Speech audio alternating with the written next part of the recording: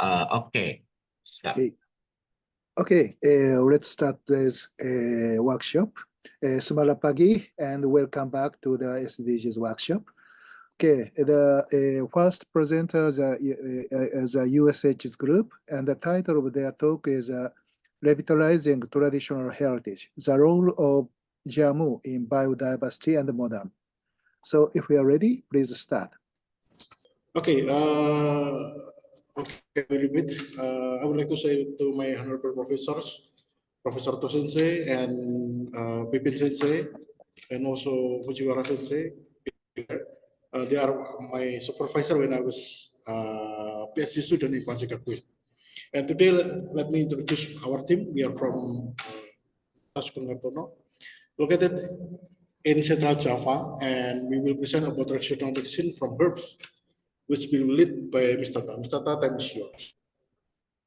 Okay, thank you, Pak Angga. Our team is so thrilled this morning to bring you our theme for today, Revitalizing Traditional Heritage, the role of Jamu in biodiversity and modern health solutions.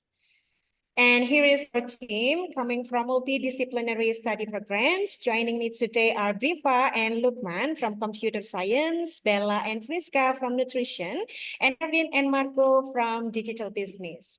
And our presentations will be structured as follows. We will start with an introduction, then we will discuss, explore on Jamu and biodiversity, plants used for Jamu, popular Jamu drinks, Jamu and SDGs, revitalizing Jamu, conclusion, and will be closed by question and answer. Now, without further ado, to begin our presentation, I would like to invite Lukman to explain why we choose Jamu as the focus of our workshop. Lukman, you may begin. Thank you, Ms. Tata. My name is Lukman, and I'll start the presentation by explaining why our team brings Jamu as our topic for SDGs. Why Jamu? You might be wondering why we chose Jamu as our topic. The reasons are multifaceted and deeply rooted in various aspects of sustainability, culture, and economic growth. Here's a detailed look at why Jamu is so significant. Number 1, health and well-being, SDG 3. Jamu, a traditional Indonesian herbal medicine, plays a crucial role in promoting health and well-being. Number 2, sustainable agriculture, SDG 2 and 12. The production of jamu supports sustainable agricultural practices. Many of the herbs and plants used in jamu are cultivated using methods that promote biodiversity and soil health, contributing to SDG 2, zero hunger, and SDG 12, responsible consumption and production.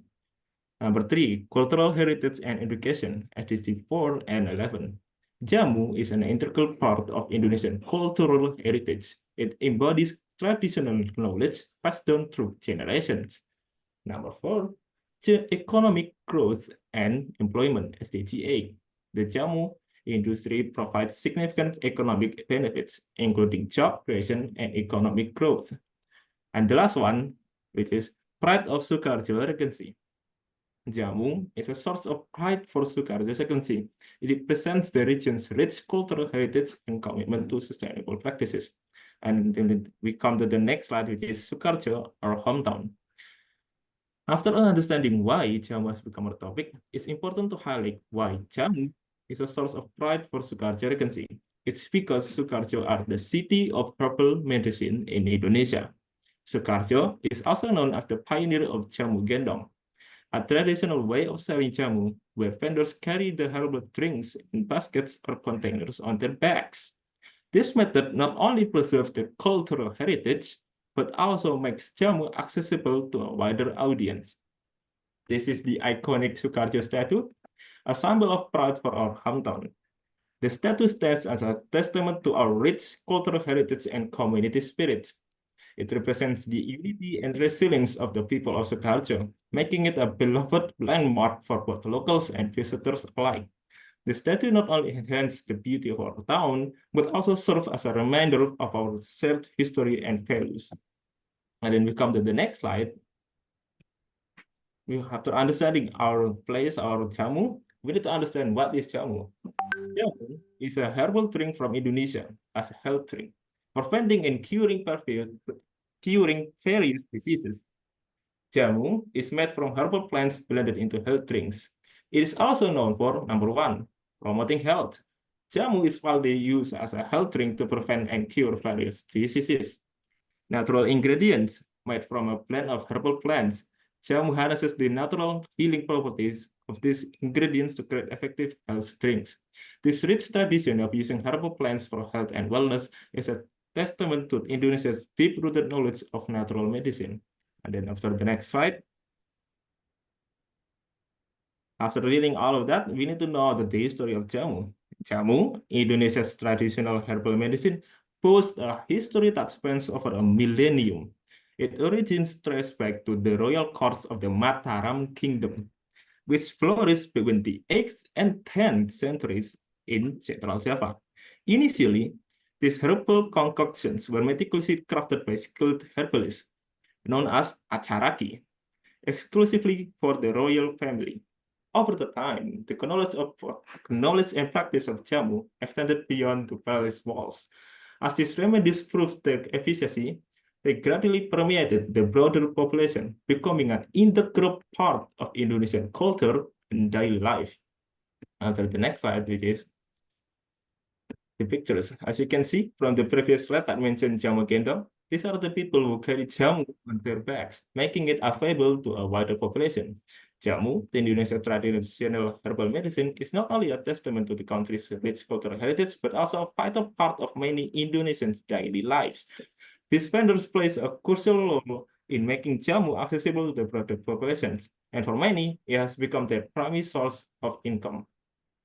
After reading all of that, also if you want to make one, this is how you make a jamu. Number 1, grinding. Fresh herbs, roots, and spices are carefully selected and cleaned. These ingredients are then ground into a fine paste using a traditional tools like a mortar and pestle. This process helps release the essential oils and active compounds from the plants. And the second one, which is boiling. The ground mixture is then boiled in water. This step extracts the beneficial properties of these ingredients into the liquid. The mixture is simmered for a specific period, allowing the flavors and medicinal qualities to melt together. And the next will be presented by my friend, Priva. Thank you very much. Okay, everyone. I think we will speak about drink things. So I think this presentation should be not boring presentation. Okay, I will explain about jamu and the connectivity with biodiversity. Next slide, please. Okay, I will summarize the connectivity about jamu and biodiversity to 3 points.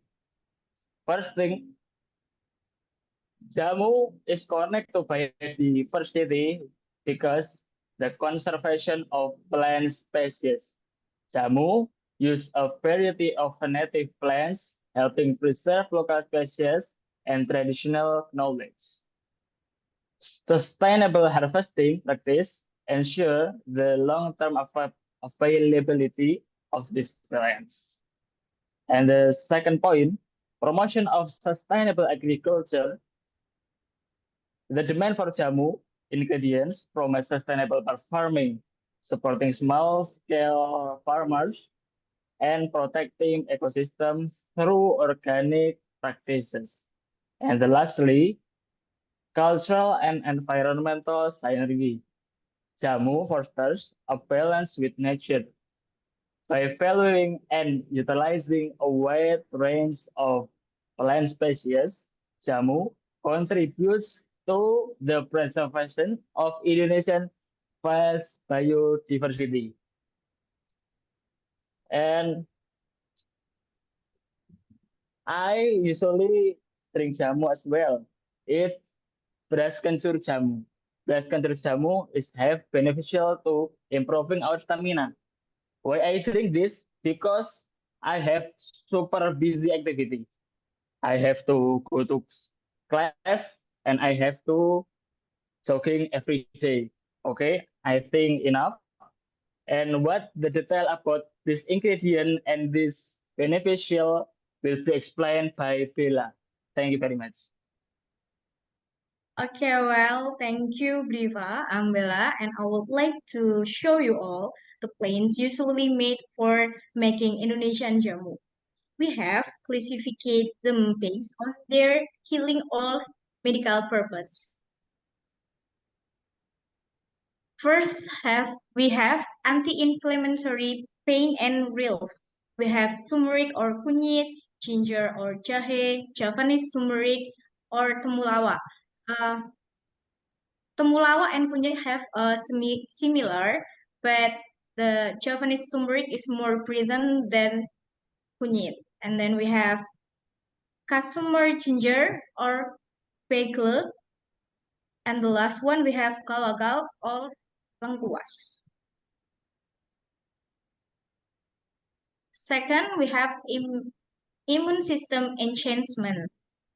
First one, we have Sambiloto, king of bitters, that is bitter and so powerful.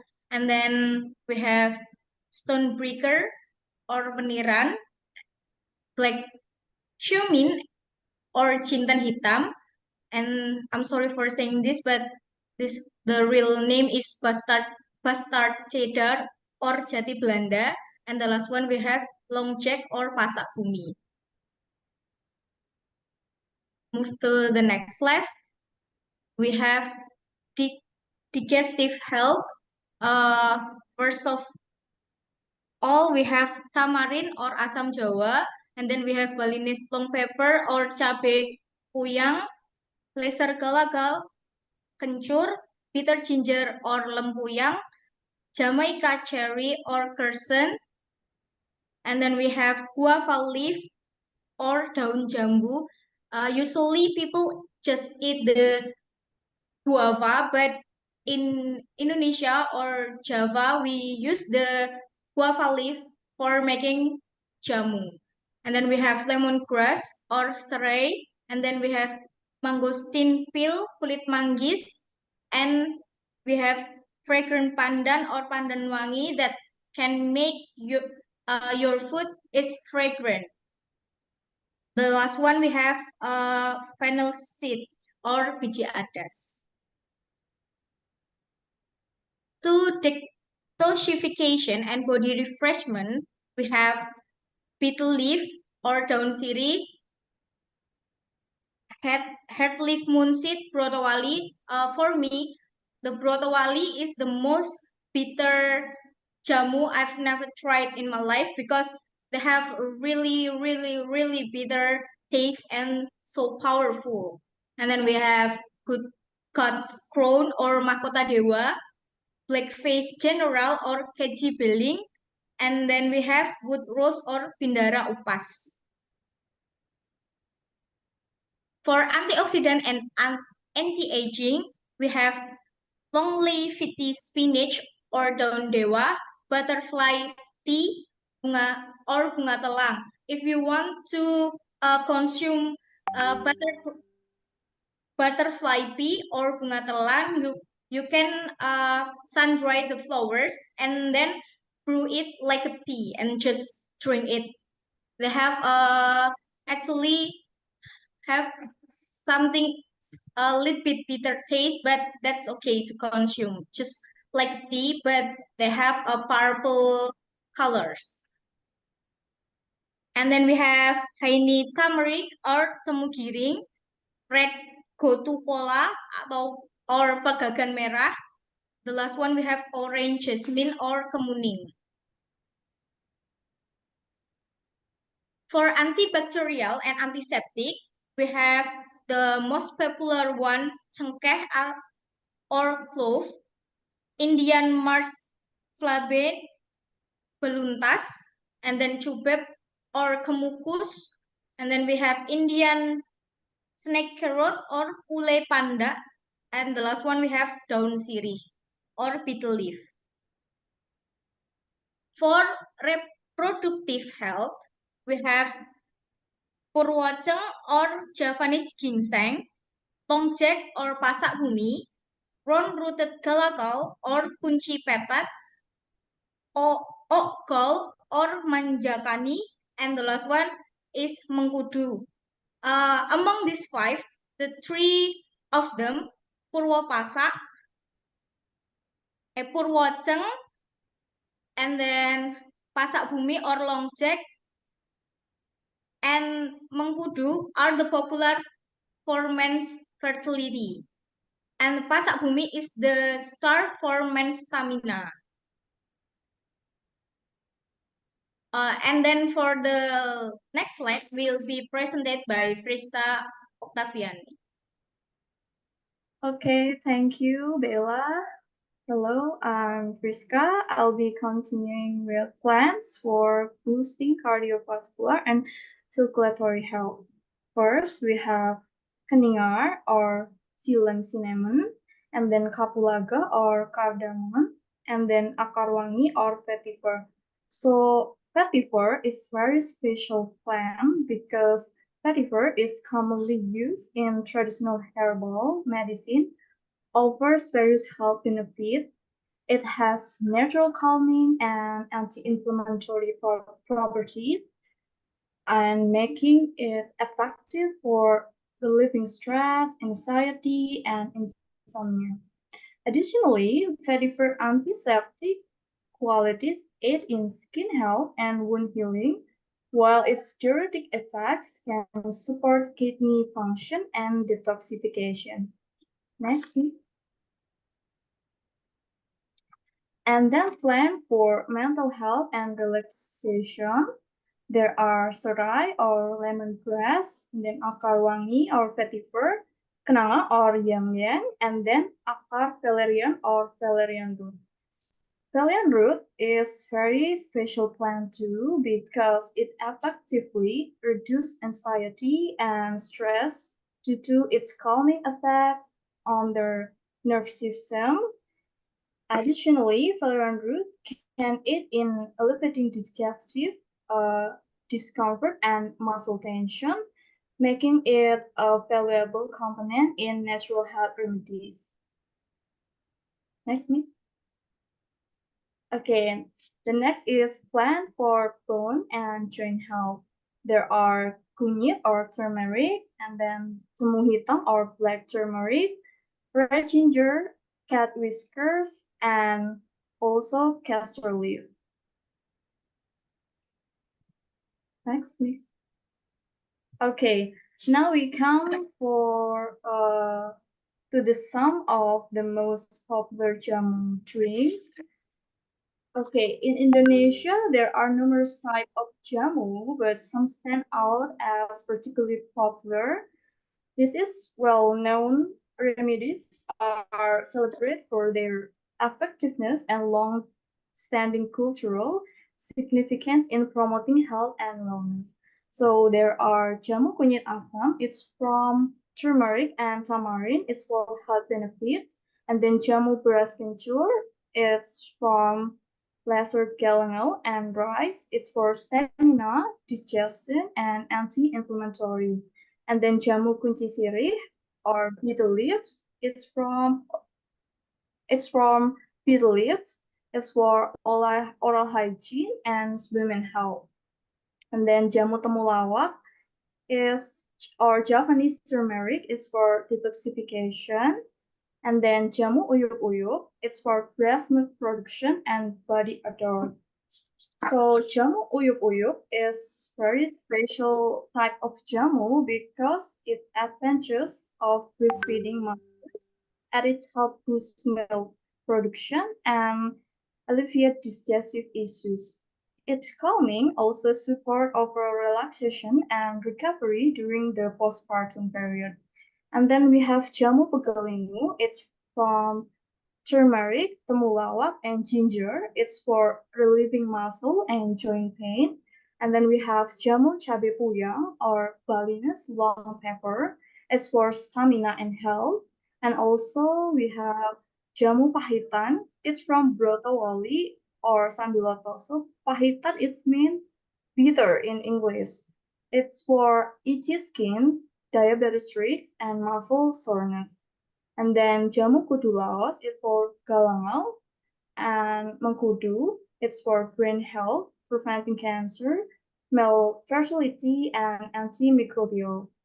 And the last one is Jamu Kalian Singset.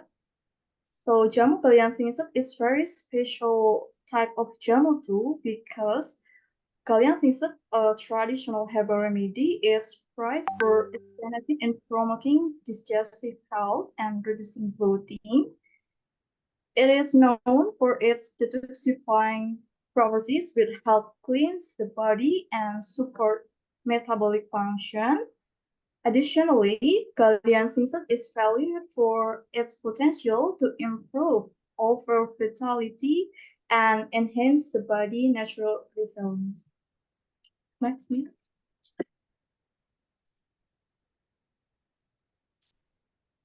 So that's all from me, and then the next is Kevin's turn. Please, Kevin. Thank you, Friska. I'm Kevin. So now, let's talk about Jamu and the Sustainable Development Goals. Well, this is how Jamu aligns with SDGs. First, Jamu is aligned with SDG 3, good health and well-being. Jamu is aligned with SDG 3 because, first, traditional medicine. Jamu provides natural remedies that contribute to health and well-being, offering alternatives to synthetic medications. Second, preventive health. Many jamu formulations are used to prevent illness and promote overall wellness, reducing the burden on healthcare systems. Third, community health. Access to jamu supports community health by providing affordable and locally sourced medicinal options. Next, jamu is aligned with SDG 8, decent work and economic growth.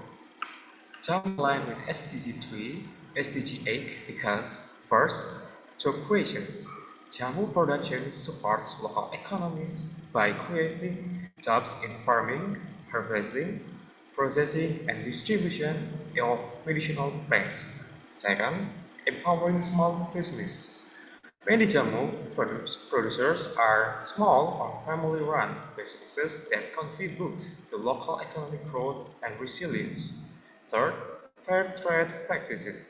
Promoting fair trade and ethical labor practices in jamu production ensures that workers are paid fairly and work in safe conditions, fostering inclusive and sustainable economic growth.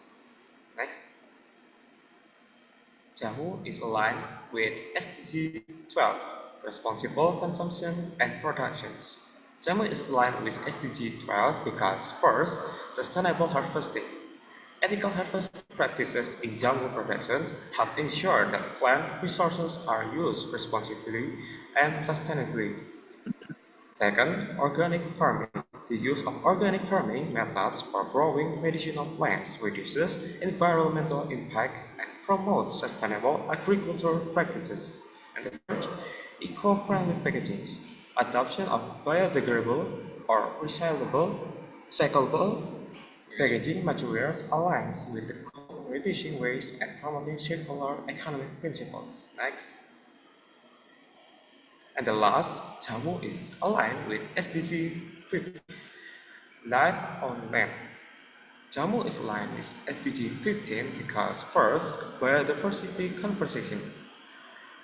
Jamu support the conservation of plant biodiversity by promoting the cultivations and protection of a variety of medicinal plants.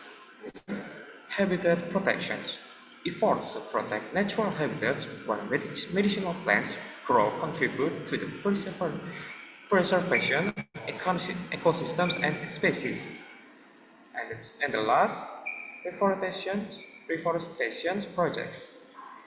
Participation in reforestation and habitat restoration initiatives help combat land degradation and support ecosystem resilience. Okay, now we have connected jamu and SDG and biodiversity is. The next, Marco will present how to revitalize jamu. Your turn, Marco. Thank you. I am Marco Valentino Sugiarto. Okay, we are on the session of how to revitalize Indonesian jamu. Well, there are actually some actions that could be taken or efforts. The first is through innovation and development. And it's innovating with Jamu. This action includes innovating with Jamu. The first one is opportunities for startups and businesses to create new Jamu-based products.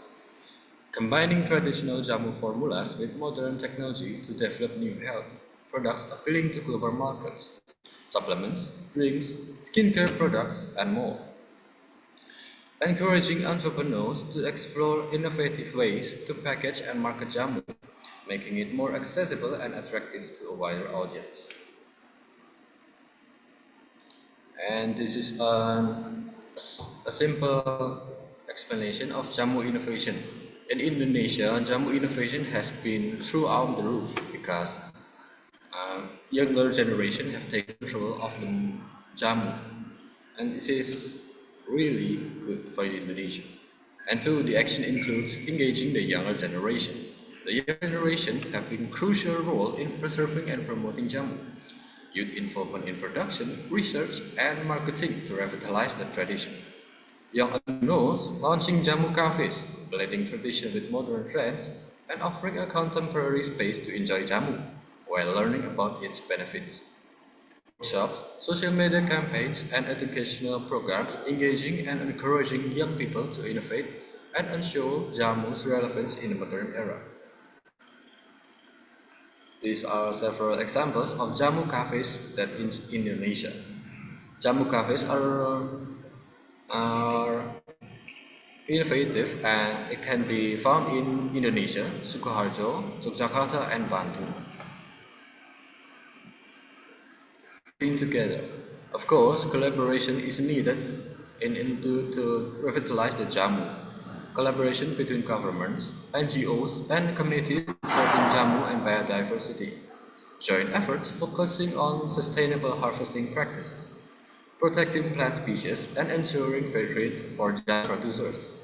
Government policies promoting Jamu as a recognized form of alternative medicine. Collaboration maintaining the ecological balance necessary for Jamu production and promote its benefits on a larger scale. Education and awareness. Educational initiative is part of awareness, so education spreading awareness about Jamu's benefits. And two is developing educational initiative to inform the public about the health advantage of Jamu and how it can be integrated into modern lifestyles, including curricula in schools, public health campaigns, and other resources that highlight the historical significance and contemporary relevance of Jamu.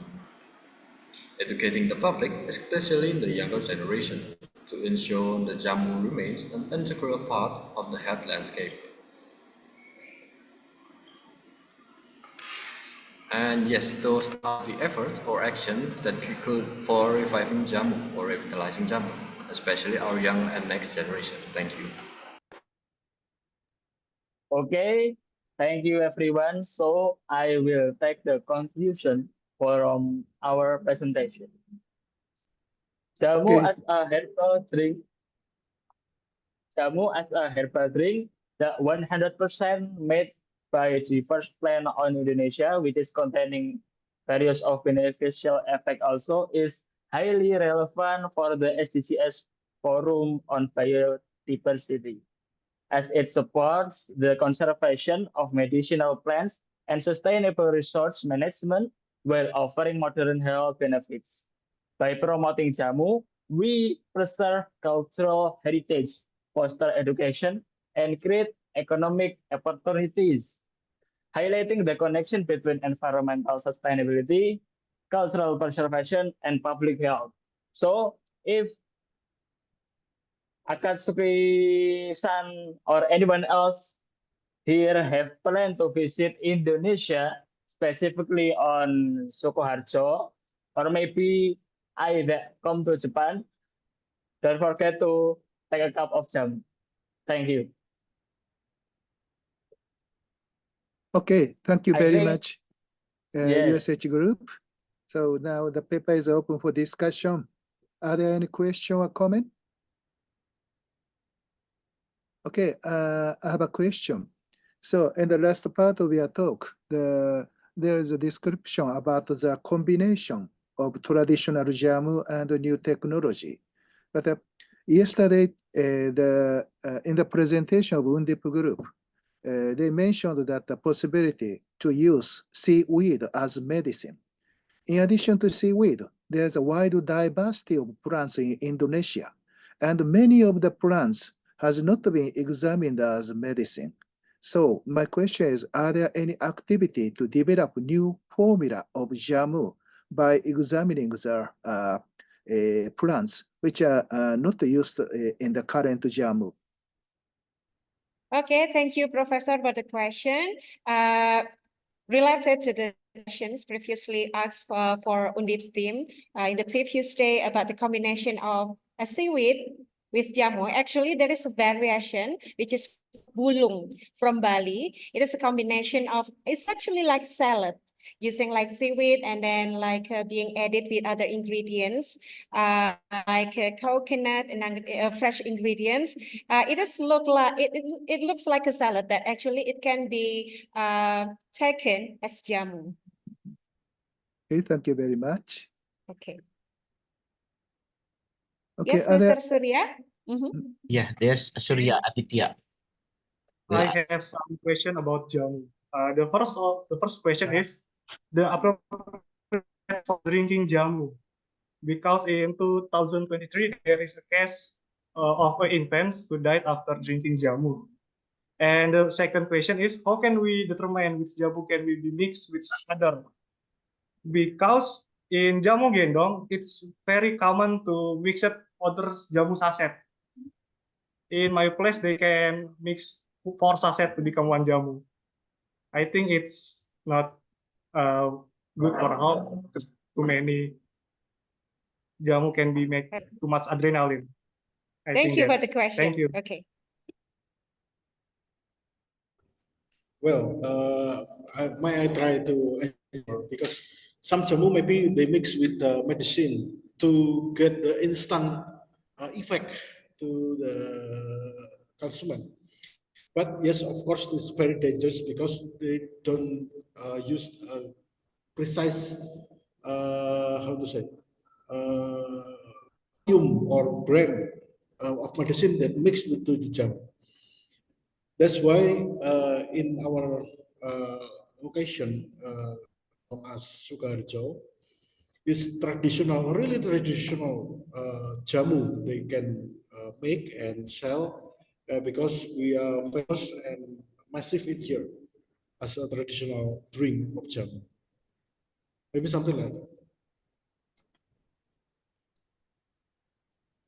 Okay. Thank you. Okay, maybe.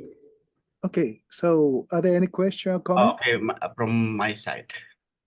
Hello. Okay, please. Any kind of the effort, I don't know how to say, but in case of the medicine, there's BPOM, yeah, BPOM, you control this one before release to the market.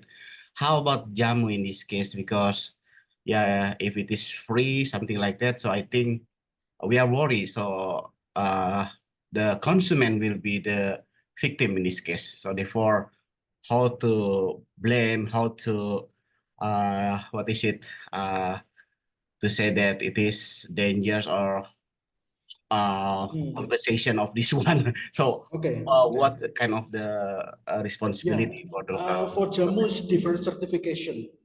BPOM is like FDA in America. BPOM is focused on medicine and makeup, I think. And for the jamu product, Indonesia also have special certificate. They are called jamu. So any product using natural plant like herbs, they must get the certificate of jamu. Like that. It's not BPOM, because BPOM is more strict and more how to say, more, yeah, different with jamu, something like that. It's mean that the jamu gendong also no, they have some kind of the certification, something. Jamu gendong maybe not, because it's sold by traditional people. The jamu certificate that I mean is jamu sachet. They sell in a store. Okay, so it means they're under control about that one, yeah, for jamu. Of course. This is a traditional one. Okay, thank you. Thank you. Okay, are there any question or comment? If no, let's move to the next presentation. Thank you very much, USH Thank Group. you, Tosinse. Thank you, Jackson. Okay, next presentation is given by Health Solution MUL Group, and the title of their talk is Essential Oils Aromatic Plants from Tropical Rainforest. They are potentially biological activities. So if we are ready, please start. Okay, I would like to start. Good evening, everyone. First of all, I would like to say thank you for this opportunity, and it's great to see you all. So, we are from Lawarman University, East Kalimantan, Indonesia. And today, we would like to present about essential oil aromatic plants from tropical rainforest, their potentially biological activities.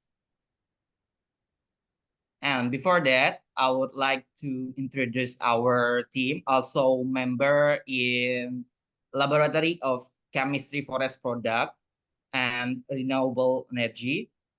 First, Muhammad Akbar Sekolah is me. And the second is Muhammad Husnul Hairu. Third is Kadek Surya Aditya. Fourth is Maulidia Sufwatul Mala. And the last is Aulia Balkis Kusuma. So yeah, for the background, the mega biodiversity tropical rainforest Indonesia, especially Kalimantan forest, present a variety of plants. And most specific is aromatic plant that have potential uses. And next. So in this report, based on research of aromatic plant, that exploring aromatic plant in East Kalimantan forest. And yeah, one example of an aromatic plant family group that can produce the largest essential oil is Myrtaceae. Then here one of the species is Melaleuca leucandra, with its local name is gelam.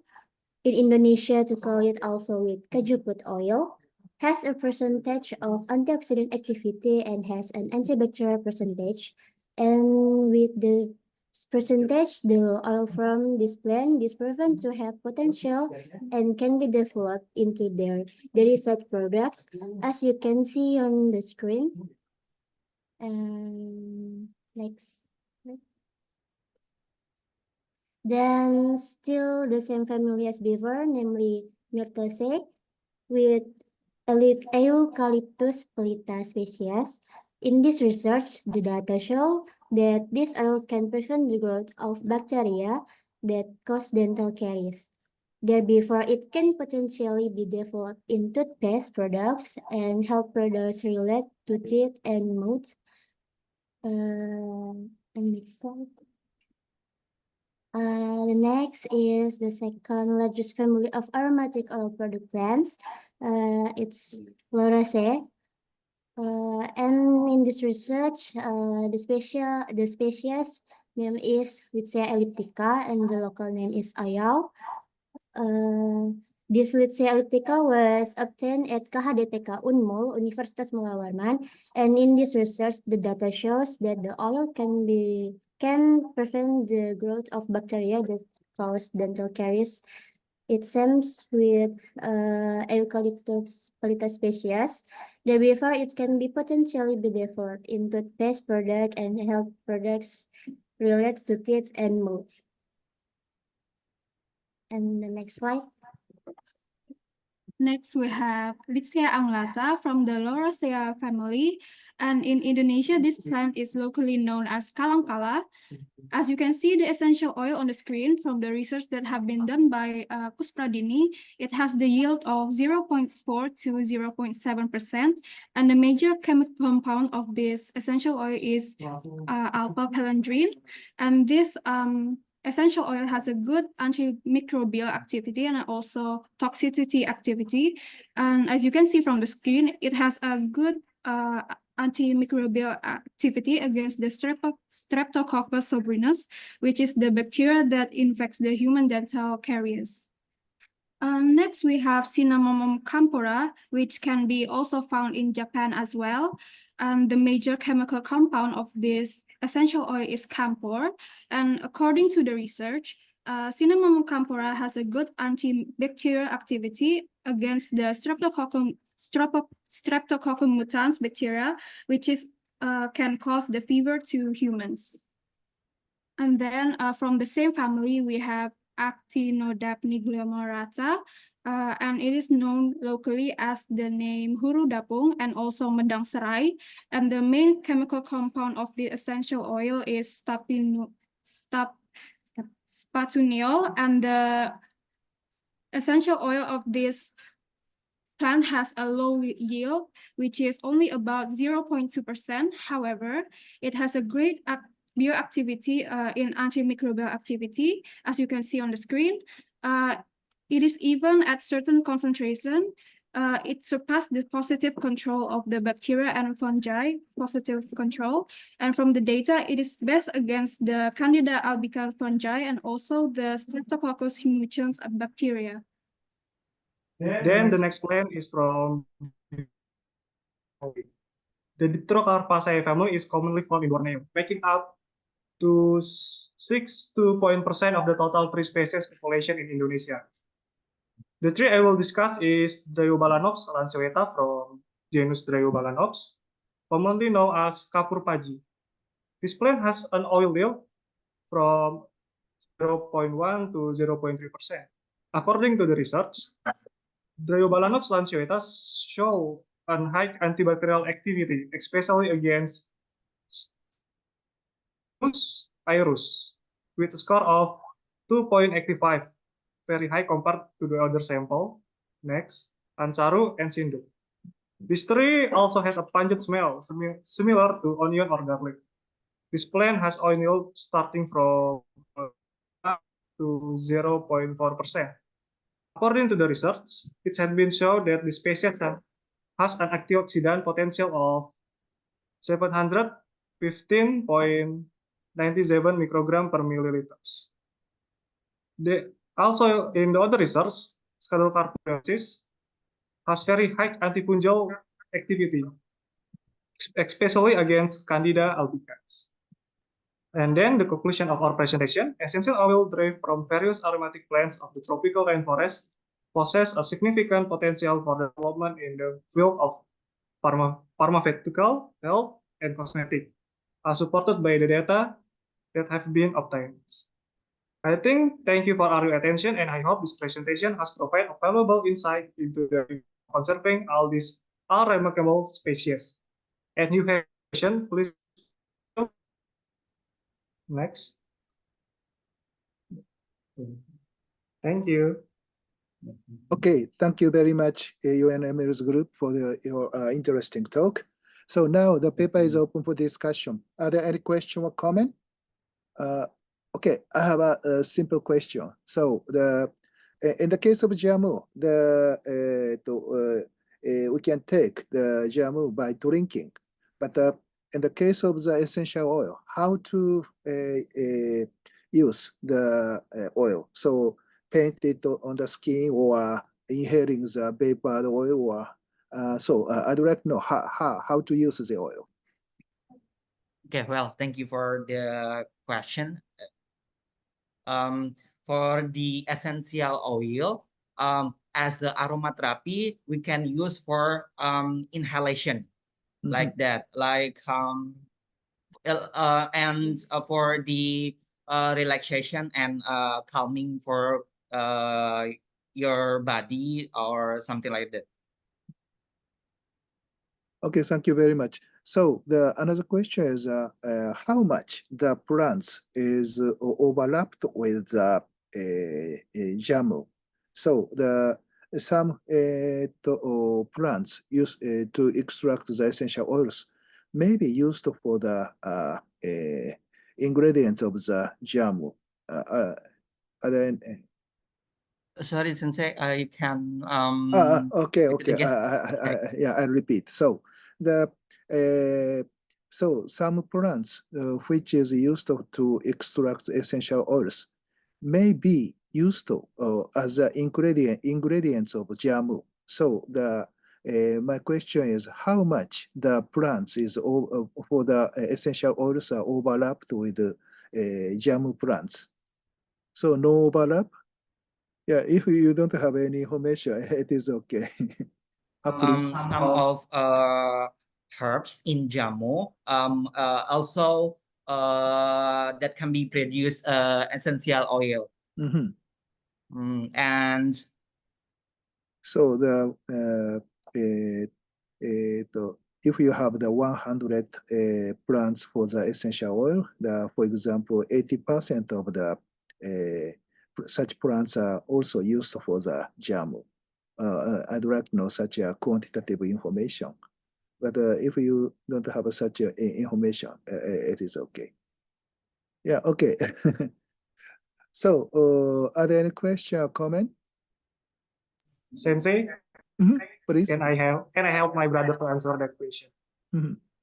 Actually, it's very rare to using essential oil as jamu, but we commonly use bajaka or tree trendils as a herbal drink. Because essential oil only for outside use, inhalation, and for body. Not oral, Sensei. Okay, thank you. So, are there any question or comment? If not, maybe I will. Please. Okay, thank you very much. So my question now, I think if we are going to have oil, then it is maybe from leaf, from the branch, or maybe from the, what is it? Skin of the stem. So maybe, okay, I think no problem about, but any kind of the oil that it is, that you must cut the tree. Any kind of the product that if you would like to have the oil, you must cut the tree. I mean, if it is available, so maybe we are worried about concerning about the deforestation. Or they just use leaf, branch, and then skin of. okay, thank you for the question. So for the we can make for essential oil from the plant.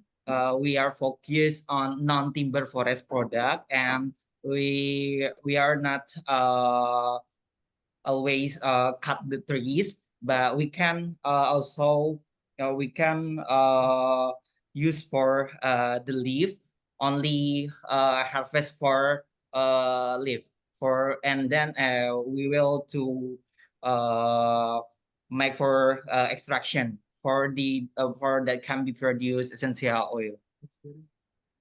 Okay, thank you. So I think from the leaves, sometimes also flower, yeah, it may be, yeah. Yes. I think it's okay. Okay, thank you very much. Okay, are there any question or comment? If no, let's move to the next presentation. So thank you very much, UNML's group. And the next presentation is given by UiTM group, group 2. And the title of their talk is Medicinal Plants and Macrofungi Diversity in UCS, Puncak Alam Serengo, Malaysia. Okay, please start. Hello and good morning, everyone. My name is Nur Kamarina Mitinihai, and with my team members, Fatino Adlina Binti Ruzaidi, a final year student of Bachelor of Science in honor in Biology, represent about medicinal plant and macrofungi in Puncak Alam, UCS Forest Selangor. This research conducted under supervision of Prof. Madya Dr. Secha Ganda Secha and co-supervisor Dr. Faiza Pardi. In this presentation, there will be two parts. In the first part, focuses on medicinal plants, and part 2 cover macrofungi. Next, we will move to the first part. Okay, hi everyone.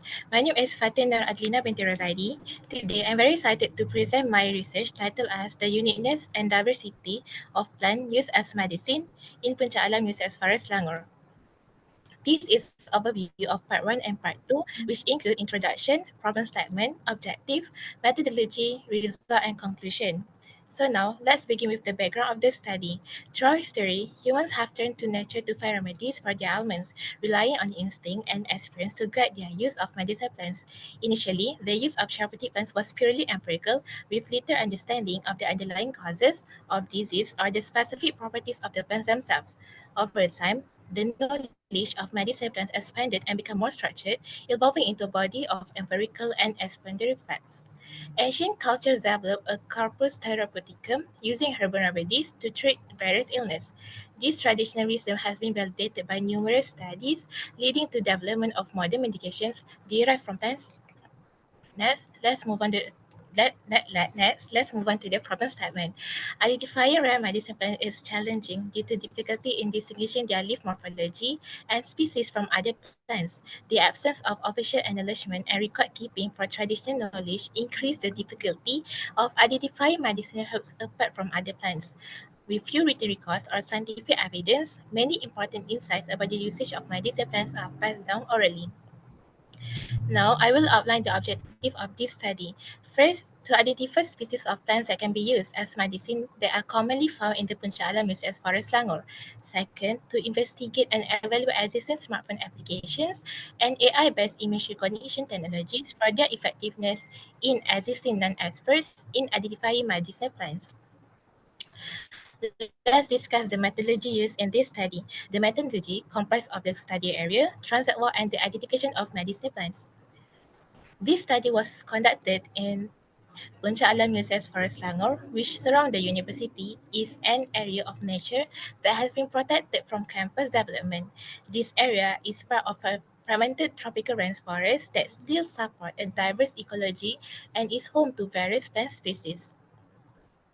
Transit walk is used to find dispersion patterns and to ascertain how population differ along environmental gradients. Meter tape and string were used to measure 10 times 15 meter strip for each group or sub-transect, for a total of 50 meters long representing one transect. In this slide, the diagram shows a sample plot utilizes the line transect-based method. Next, for the identification of medicinal plants, recent advances in technology have necessitated the creation of more effective strategies to satisfy the requirements for species identification, such as digital image processing and pattern recognition. This research employed a combination of Google Image and the plant identification app Planet to identify medicinal plants in the Puncak Alam UCS Forest Selangor. First, plant samples from various transects within the forest were photographed. These images were then uploaded to Google Image, where the visual search tool suggested potential species based on similar images that are available in its database. The Google Image search helped to provide initial identifications based on visual characteristics. Additionally, the same plant images were analyzed using Planet, a specialized plant identification app that employs a large database of plant species and advanced image recognition algorithms. The app provided species suggestions based on the uploaded image, utilizing its extensive library and sophisticated pattern recognition technology. To ensure comprehensive and accurate identifications, the results from both Google Image and Planet were cross-referenced.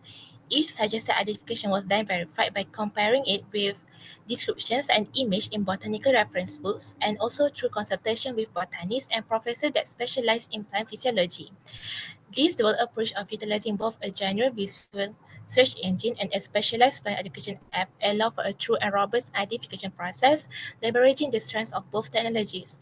The combined use of Google Image and Planet ensure that the identification were as accurate and reliable as possible before being confirmed by expert validation. Moving on to the result. A total of 600 samples were meticulously collected and identified up to the family level.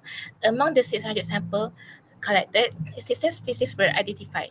This finding indicates that the two dominant medicinal plants in the Puncak Alam UCS Forest Selangor are Senduduk, Melastoma malabatricum, and Senduduk bulu Myconia crenata. In contrast to Senduduk and Senduduk bulu, other medicinal plants identified in this study did not exhibit the same level of dominance or versatility.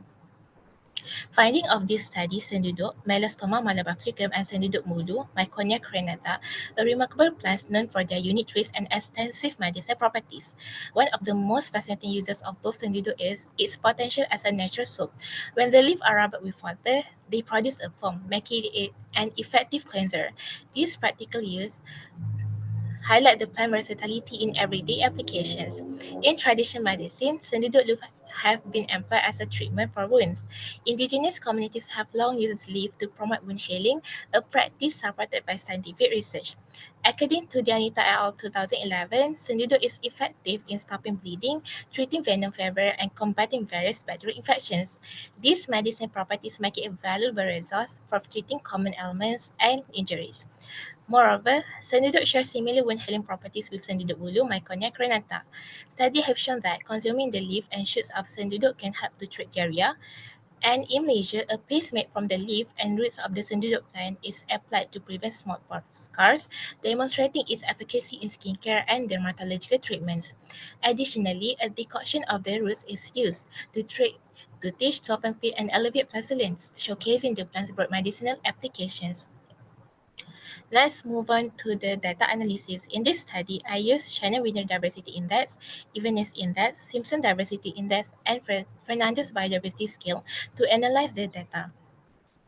This study aimed to elucidate the distribution and prevalence of these plants across Bering landscape. The transect are categorized by terrain. First, transect 1 is flat, transect 2 and 5 is steep, while transect 3 is moderate, while transect 3 and 4 is moderate. According to the Shannon Winner Index and Evenness, transect 1 has a very low biodiversity and high evenness. This implies that there is not just one dominant species, but rather a balanced distribution of species. Transect 2 exhibit a low evenness and a very low biodiversity rank.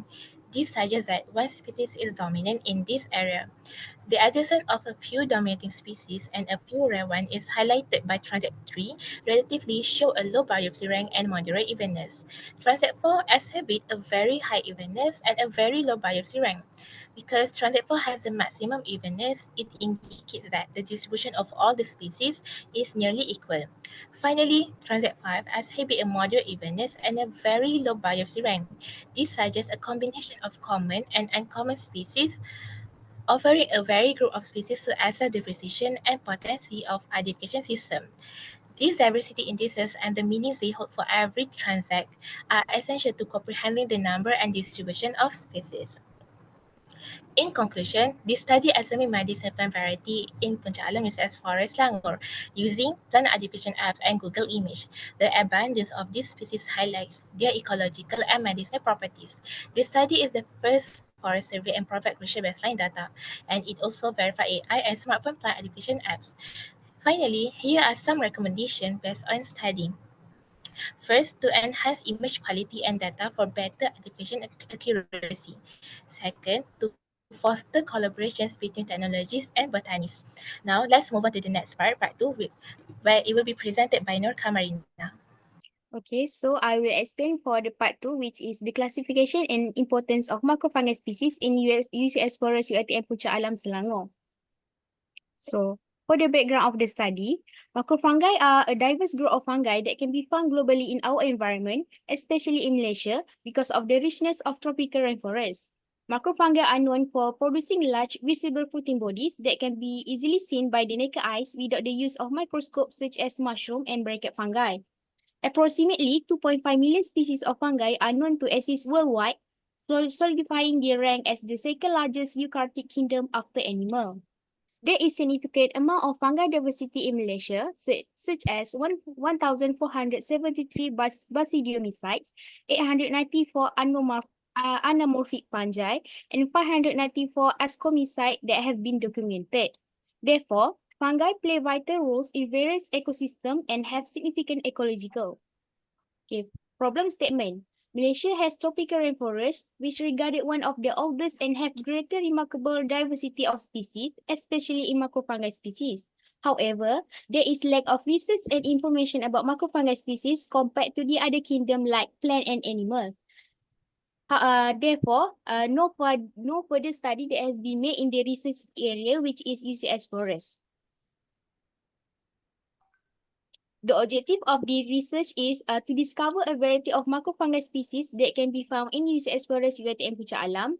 And the second one is to determine the type of macrofungi species that can contribute to the development of food industry, medical application, or ecosystem.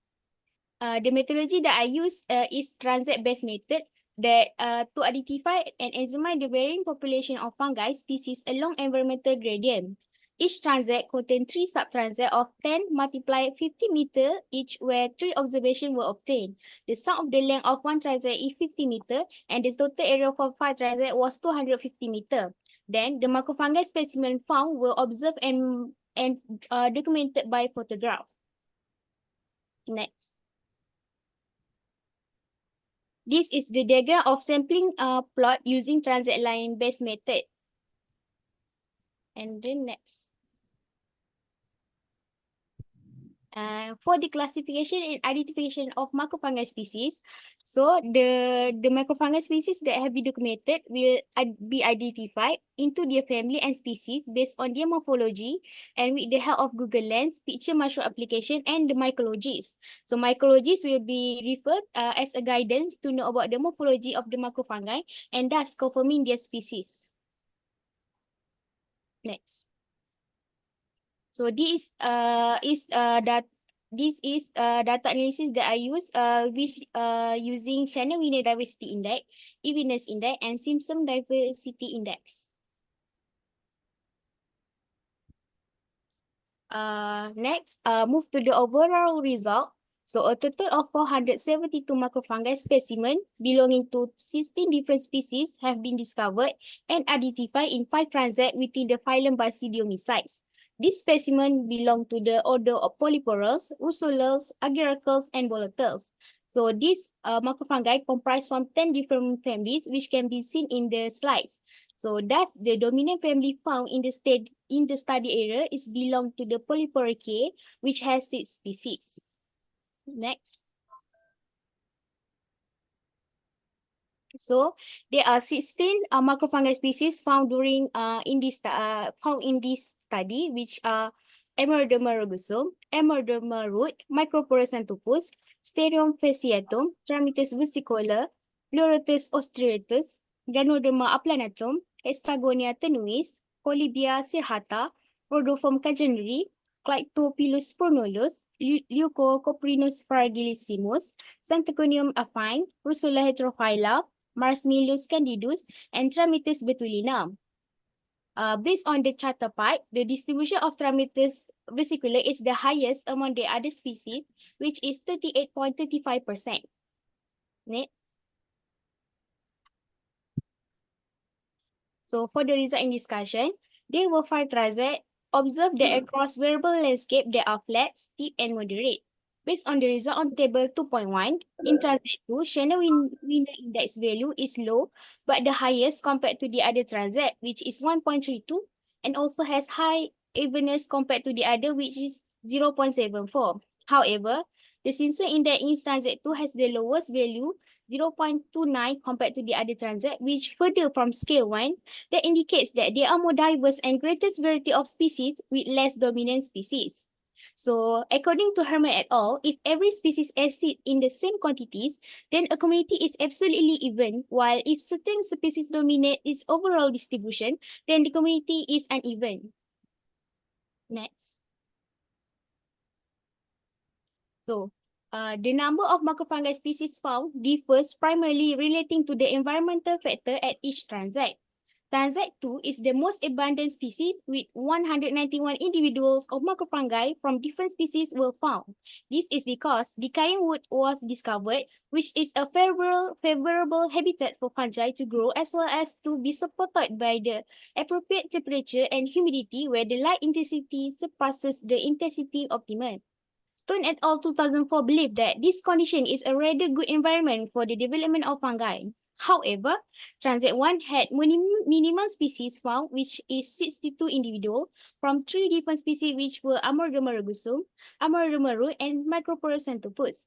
The poor macrofungi species present in this transect may be caused by a more open forest canopy, which raises the temperature and increases light level and thus decreases the humidity. So therefore, the existing environmental condition likely caused the low sporocarp yield. So there are several macrofungi species found that have potential importance in the medicinal and food industry, which can be seen in table 2.3, which the common one come from Polyporicae family. Next. Because of the limited time, I will explain a few macrofungi that have importance. The first one is Stramythus vesicola, or known as Tukitail, is well known for the medicinal properties to treating chronic disease such as cancer, infection of the respiratory, and chronic hepatitis. Numerous therapeutic capabilities, including anti-tumor 13, antimicrobial 14, anti-diabetic 15, immunostimulant 16, SCHE inhibitory 17, and antioxidant activities 5 have been demonstrated by recent in vitro in vivo research on T. versicolor. So, this picture is the example of the capsule that contain Stramythus vesicola that have been produced, which make it easier to the consumer to consume as a health supplement. And then for the next macrofungi is Amorgama rugosum, which known for its traditional medicinal, especially in China, which has been utilized as a treatment for several illnesses, including the reduction of inflammation, the cure of anorexia, and the cure of stomach trouble.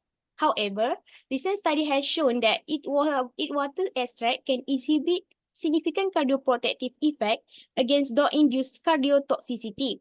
Therefore, those individuals undergoing chemotherapy with dogs could give benefit for their heart, with this research revealed. Next. And next one is Pleurotus ostereus, or known as oyster mushroom. It's a common edible mushroom, nutritious, which are healthy food because low in calorie and fat, while rich in carbohydrate with the greatest content, 43.42%, as well as they produced commercially for its medicinal benefits. The fiber contains it to reduce blood sugar level, which making it particularly effective for managing diabetes and many sugar-related disorders. Furthermore, macrofungi have mycorrhizal relationships such as Symphyconium affine, which use this symbiont by enhancing nutrient uptake, which maintain the forest health.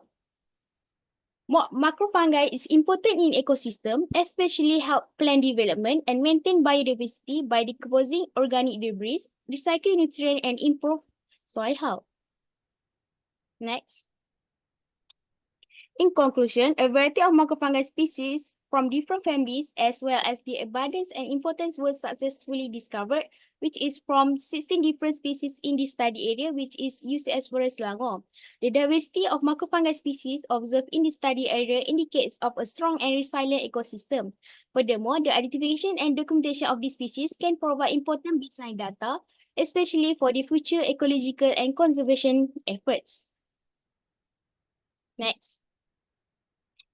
For recommendation, it is suggested that to expand the sampling area or use more transect. This is because expanding sampling area can gather a lot of information that can serve as a raw data. Therefore, more diversity of macrofungi within the study area can be obtained. Next, suggest using a scientific method such as molecular method to utilize in the future to get more accurate identification of the sample and more comprehensive understanding of the ecological rules. That's all from me, from us. Thank you. Terima kasih. Arigatou gozaimasu. Okay, thank you very much, UiTM's Group 2 for your interesting talk. Now the paper is open for discussion. Are there any questions or comments? Okay, so then I have a question. So I also uses AI system to identify the plants by using the or cell phone, and but sometimes the AI system returns a wrong answer, especially when the plant is small, such as moss, and it also depends on the condition of the plants. So in your approach, your system, how much your system is reliable? Do you understand my question? Sorry, can you repeat the question? Okay. So you use the AI system to identify plants by taking the picture. Is it right? Yes. Okay. So, and I also uses a different AI system to identify plants by through the picture taking, but sometimes the AI system returns wrong answer, and it depends on the size of the plants and the condition of the plants. So my question is the reliability of your AI system. So how much your system returns a correct answer? Okay. In my study, the total of species that were identified by using this plant identification app was 6/16, and other than that, I need to have a more or take a further study by refer to reference book or and even by consulted with botanists and professor that specialize in plant physiology. And as I mentioned before, it is really recommended to use a very good picture quality to enhance the accuracy of the result. Mm. Okay, is it answer your question? Yeah. So, but so for example, the 80% is correct or some such a quantitative. Do you have such a quantitative value? Oh, quantitative value. Since it was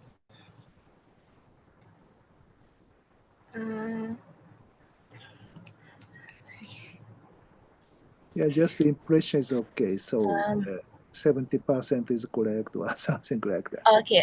For me, I will calculate. I mean, like to calculate it. Maybe around 50%. Mm-hmm. Yes. Mm-hmm. The Oh, accuracy. okay. Yeah, okay. Thank you. Okay, thank you. So you should not rely on just the AI system. You should consult with other information to identify the plants. Sorry. So the reliability is about 50%. Yes. Yeah. If so, you should consult with other information in order to identify the plants. Oh, additional information. Maybe you can add something like leaf morphology, the texture of the leaf, Mhm. because the type of the leaf, it has a different structure, Mhm. different kind of the different color, or or even different color, and and the shape, because there are because the form and symmetry of the flowers, and also the pattern of vein in the leaf as well. I mean, you can add all those information in the plan in the app as well. Okay, thank you very much. Thank you. So are there any question, comment? I think Muhammad Akmal raise hand. I think directly can ask. Yes. So, I would like to ask about Melastoma malabatricum. This plant in Indonesia we can call karamunting. Okay. For the question, in Malaysia, especially in the forest, where this plant can be found in abundance or high distribution, like primary or virgin forest or secondary forest. And what's a type of vegetation that the plant can be grow to be good? Okay, that's enough. Thank you. Okay, regarding the question, based on my study, after I analyzed the data, the Melasoma malapatricum was really common for tropical rainforest type of forest. And then, based on the transect type of terrain or topography, it is most common in the steep area. Okay, thank you. Thank you. Okay, so I have one more question. So in the last part, you mentioned about the macrofungus or mushroom, and so today before your group's presentation, the two groups made a presentation about jamu and essential oils, but they didn't mention about the macrofungi or mushrooms. But as you told, the mushroom is very important in the traditional Chinese medicine as well as the traditional Japanese medicine. So my question is, macrofungi or mushrooms used for the traditional medicine in Indonesia or Malaysia? In my opinion, I think macrofungi also have been used, especially in orang asli place, because it can easily found in the forest.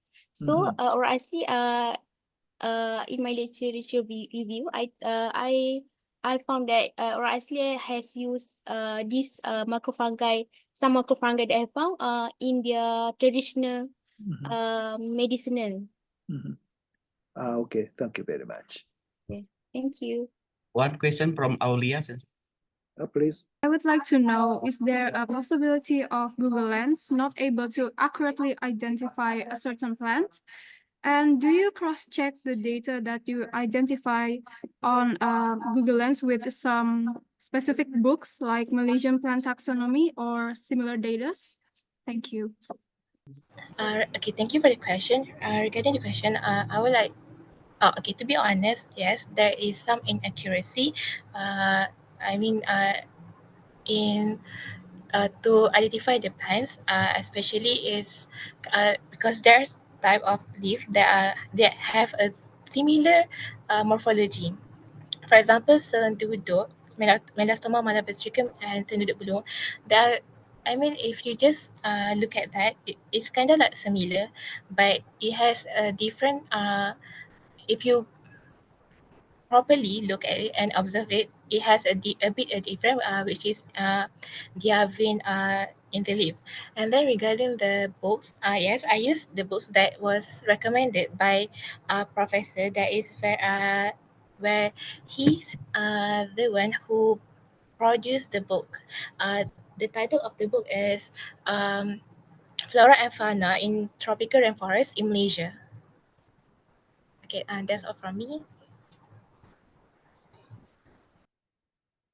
Okay. Okay, so are there any question or comment?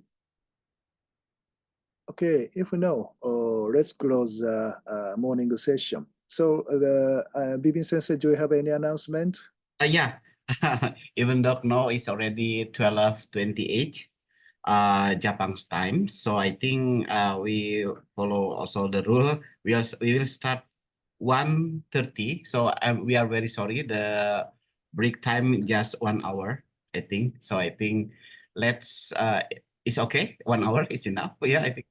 Okay, thank you very much. Let's see 1:30 Japan's time, or maybe 12:30 Malaysia time, or maybe 11:30 Indonesia time. Thank you very much. Okay, thank you very much. Okay, let's take a break and see you at the 1:30. Bibing Sensei, I think it's time to start. Okay, please. Okay, let's start with the presentation. The first group of the afternoon session is UNUD's group, and the title of their talk is Biodiversity Potential of Coastal Ecosystem in Nusa Lembongan Valley. Okay, if we are ready, please start. Yes, we will start the presentation. Please wait for a minute. All right, so good afternoon, everyone. To begin, I would like to express my gratitude for Kwansei Gakuen University for all of the time and opportunity have given to us. In this occasion, we from Udayana University will present our material with the title Biodiversity Potential of Coastal Ecosystems in Nusa Lembongan, Bali. Before we start, I would like to introduce our member of the groups. But first, my name is Nimade Bening Prabaswari Kori, and then my friends. My name is Charlotte Lovenary and my friend. My name is Inyoman Arya Adidana Putra. And then last but not least, I would like to mention our supervisor, Ayu Putu Wiweka Krishna Dewi as the supervisor. So at first, I would like to give a general overview of Nusa Lembongan, Bali and its coastal ecosystem. Nusa Lembongan is one of the 3 islands in Bali in the Klungkung Regency and located in the southeast of Bali Island. Nusa Lembongan is well known as popular tourist destination, especially for diving and landscape exploration. Currently, the water of Nusa Lembongan are included in one of Indonesia conservation areas. Along the coastal of Nusa Lembongan, there's 3 important ecosystems can be found, namely mangroves, seagrass meadow, and coral reefs. These 3 ecosystems are closely related in order to maintain the balance of marine ecosystem along with all of the organisms living in. These 3 ecosystems provide vital environmental services, such as mitigating the impacts of climate change, a home for biodiversity in coastal and marine areas, providing food for all the animals and microorganisms to absorb and neutralize pollutants coming from land and water. Next, we will explain these 3 ecosystems in detail, starting from mangroves. First off, I would like to introduce about mangrove forests, or also called as mangrove swamps, which consist of several mangrove vegetation, which is trees and also shrubs that form a mangrove forest and adapted in a transitional region between the sea and land with extreme environmental conditions. That's why mangrove forests called as the unique ecosystem at coastal area. Mangrove forests can be found in 123 countries in the world, and among of them, Indonesia is the country with the largest mangrove coverage in the world, representing 25.79% of the global total. So, what's the benefit of mangrove ecosystems? Next slide. One of the most important links is with SDG 13, as mangroves act as a significant carbon sink by reducing the amount of carbon dioxide in the atmosphere and storing large amounts of carbon in their root systems, biomass, and sediments. According to Center for International Forestry Research, or CIFOR, the amount of carbon stored below ground can be 1,200 until 1,300 tons per hectare. Also, mangrove forests sequester carbon at a higher rate than terrestrial forests. Not only that, mangroves role as feeding, spawning, and nursery ground, and which directly contributing to SDG 14, life below water. Mangroves provide food and protection for young marine life before they are ready to move further out to the sea.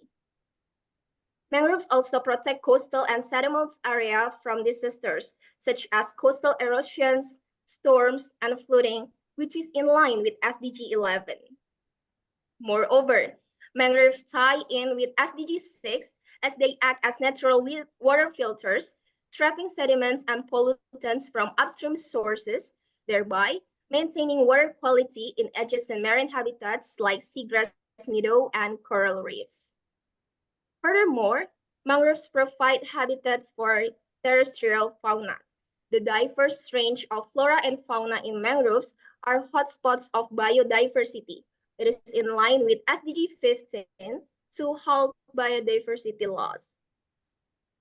Mangroves value doesn't stop there. Mangroves support local economies and food security through fisheries, honey collection, or tourism, which is in line with SDG 8 and simultaneously help to SDG 1 and 2. Last but not least, the mangrove forest in Nusa Lembongan employs fishermen's wives for mangrove ecotourism, which is illustrating the achievement of SDG 5. Next to be continued, what the current condition in mangrove Nusa Lembongan? Next slide. In 2017, the mangrove forest in Nusa Lembongan had a forest area of 202 hectares, of which 117 hectares were natural forests and 85 hectares were the result of planting on vacant areas in Unud Batu village. And the good news, in 2019, it is reported that the protected mangrove forest area increased from 202 hectares to 230.7 hectares, with the addition of 18.70 hectares in Lembongan and 10 hectares in Ceningan. This development is also supported by the local community that having a customary law known as awik-awik. In the awik-awik, all residents of Nusa Lembongan have an obligation to protect mangrove forests from destruction. The awik-awik also regulates sanctions for violators. Kusuma and Friends in 2019 has found and identified 13 mangrove species, with the dominating mangrove species namely Avicennia marina, Bruguera gymnorrhiza, Rhizopora pichulata, and Soneraceae alba. Although the mangrove forest in Nusa Lembongan is in good condition, but globally, mangrove forests are degraded. The Global Mangrove Alliance estimates that more than 60% has been lost or degraded, with an additional 1% loss per year. Thus, the world's mangrove forests are disappearing 3 to 5 times faster than global forest loss. And mostly, it is caused by urbanization, infrastructure development to support tourism, and logging of mangrove trees. Therefore, we need strategies to prevent it. First, we need enforcement of regulation. In this case, the government should implement and enforce laws to protect mangroves from illegal logging and land conversion. Second, we need to employ integrated coastal zone management or ICZM approaches, which requires collaboration from all stakeholders to integrate environmental, economic, and social objectives in coastal area planning and decision-making. Next, we need to reforestation projects to conduct large-scale planting of mangrove seedlings and engage local communities to ensure long-term success and stewardship of mangrove forests. Next, we need to raise awareness to society through educational programs and community outreach to inform the public about the importance of mangroves. Lastly, we need to monitoring and evaluation by the local community, government, NGO, and the experts to improve conservation strategies over the time. Next to be continued about seagrass meadow will be explained by Bening. Thank you. So, seagrasses are a group of aquatic plants that live submerged in marine waters, especially in tidal area. The difference between seagrass and seaweed, which is still often confused with, is that seaweed is a macroalgae or a marine algae, while seagrass is one type of angiosperms or flowering plants. The characteristics of seagrass are having rhizomes, producing fruit, have true leaf and roots that grows on muddy, sandy to rocky substrates, live submerged in shallow and clear seawater with a good water circulation. The term seagrass meadow refers to a collection of different seagrass species in one area. Seagrasses in Nusa Lembongan consist of several types. According to data by Kelungkor Regency, there's more than 10 types of seagrasses were found, where one of them that is dominating is Enhalus acroides, Cimodacea rotundata, and Thalassia emprici.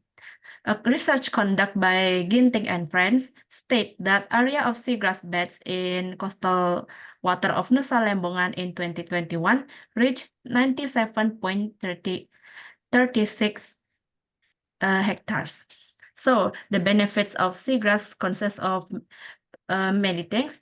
The first is high carbon sequestration.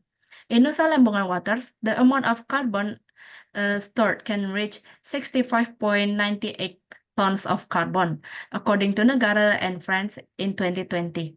Most of the carbon is stored in the substrate and some is stored in the leaves.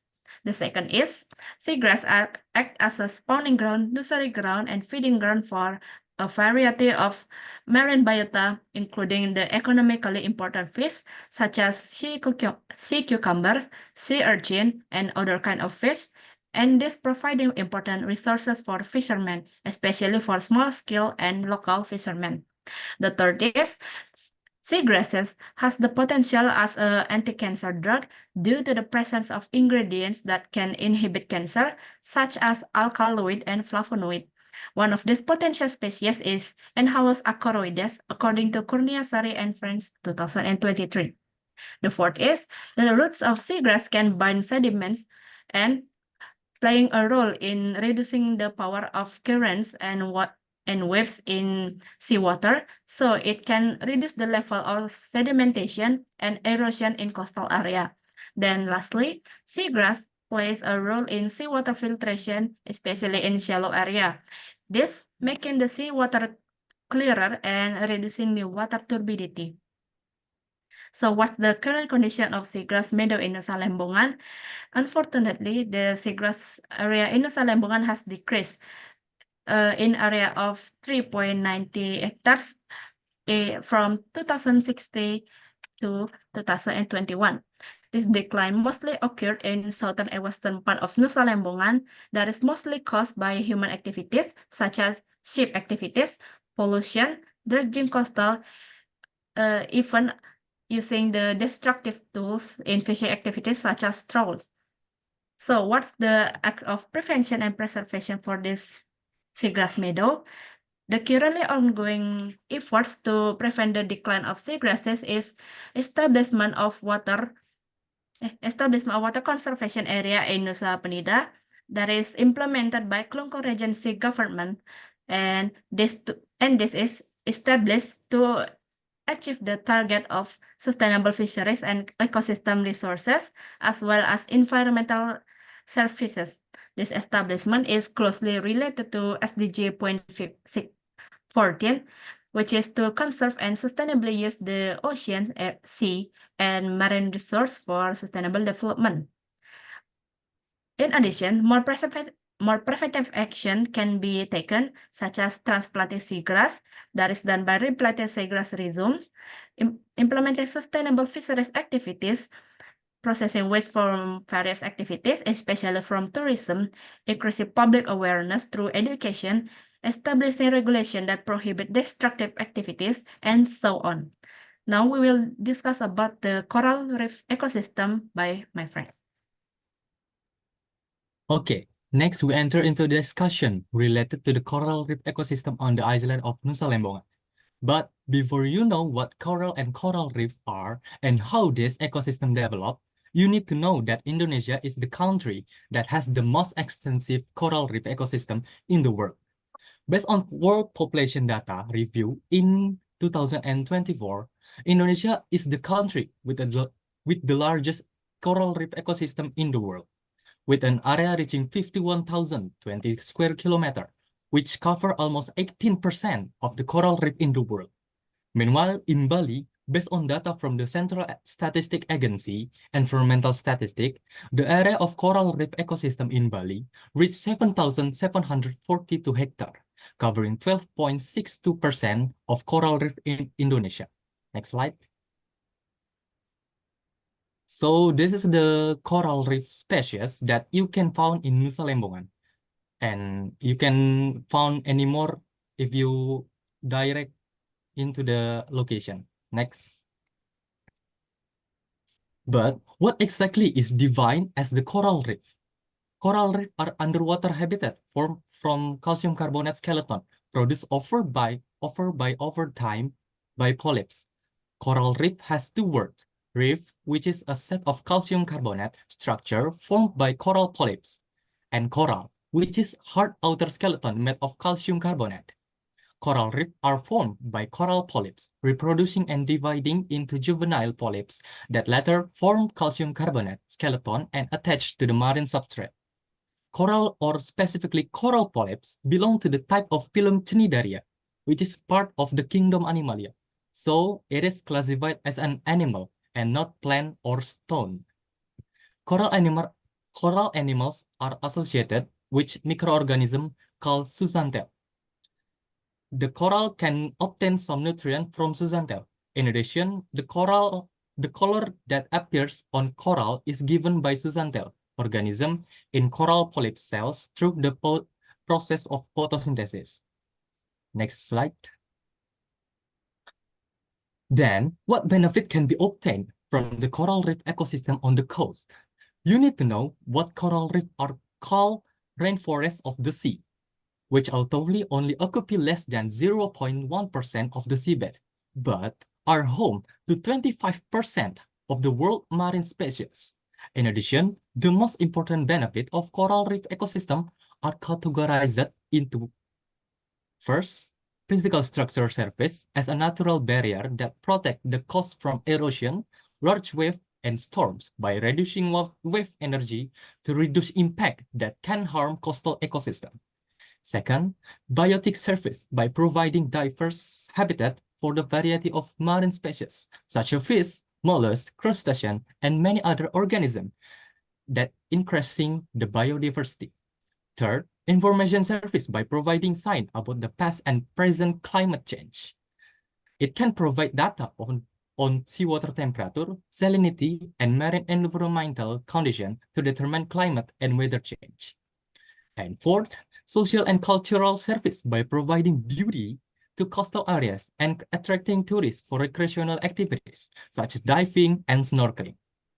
And in Bali, where Nyepi Laut is stopping activities at sea for a view day aimed to restoring the marine ecosystem and showing respect for the sea of source alive.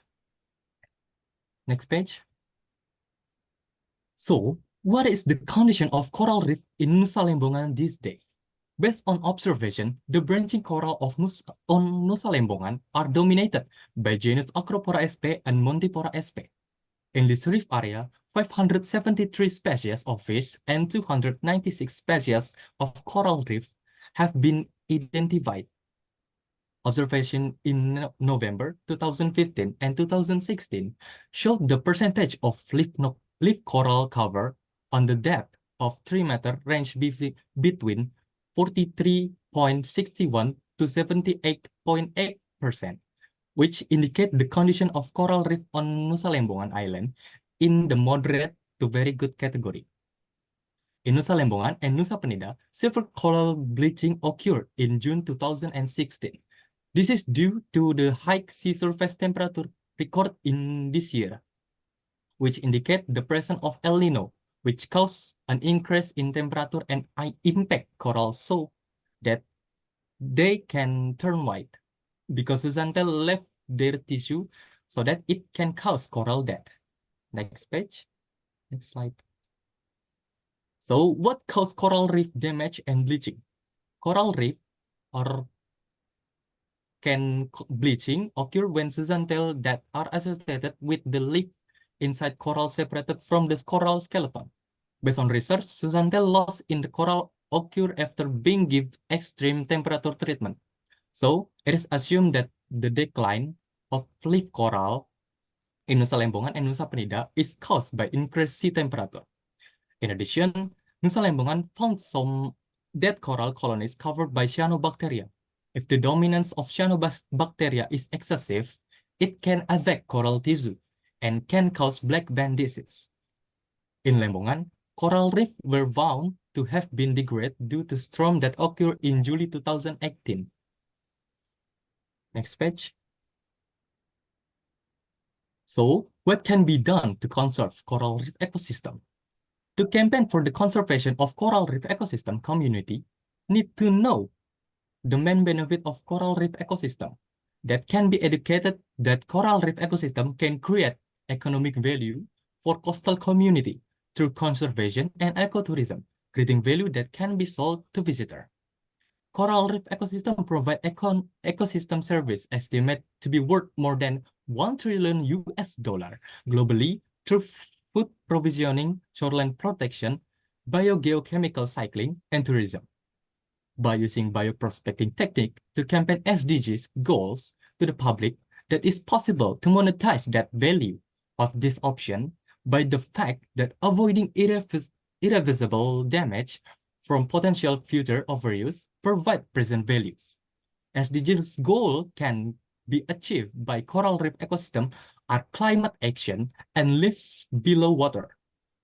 Furthermore, large-scale habitat restoration as the integrated area is now the only hope for the recovery of coastal fisheries, biodiversity, and coastal protection that only coral reef can provide.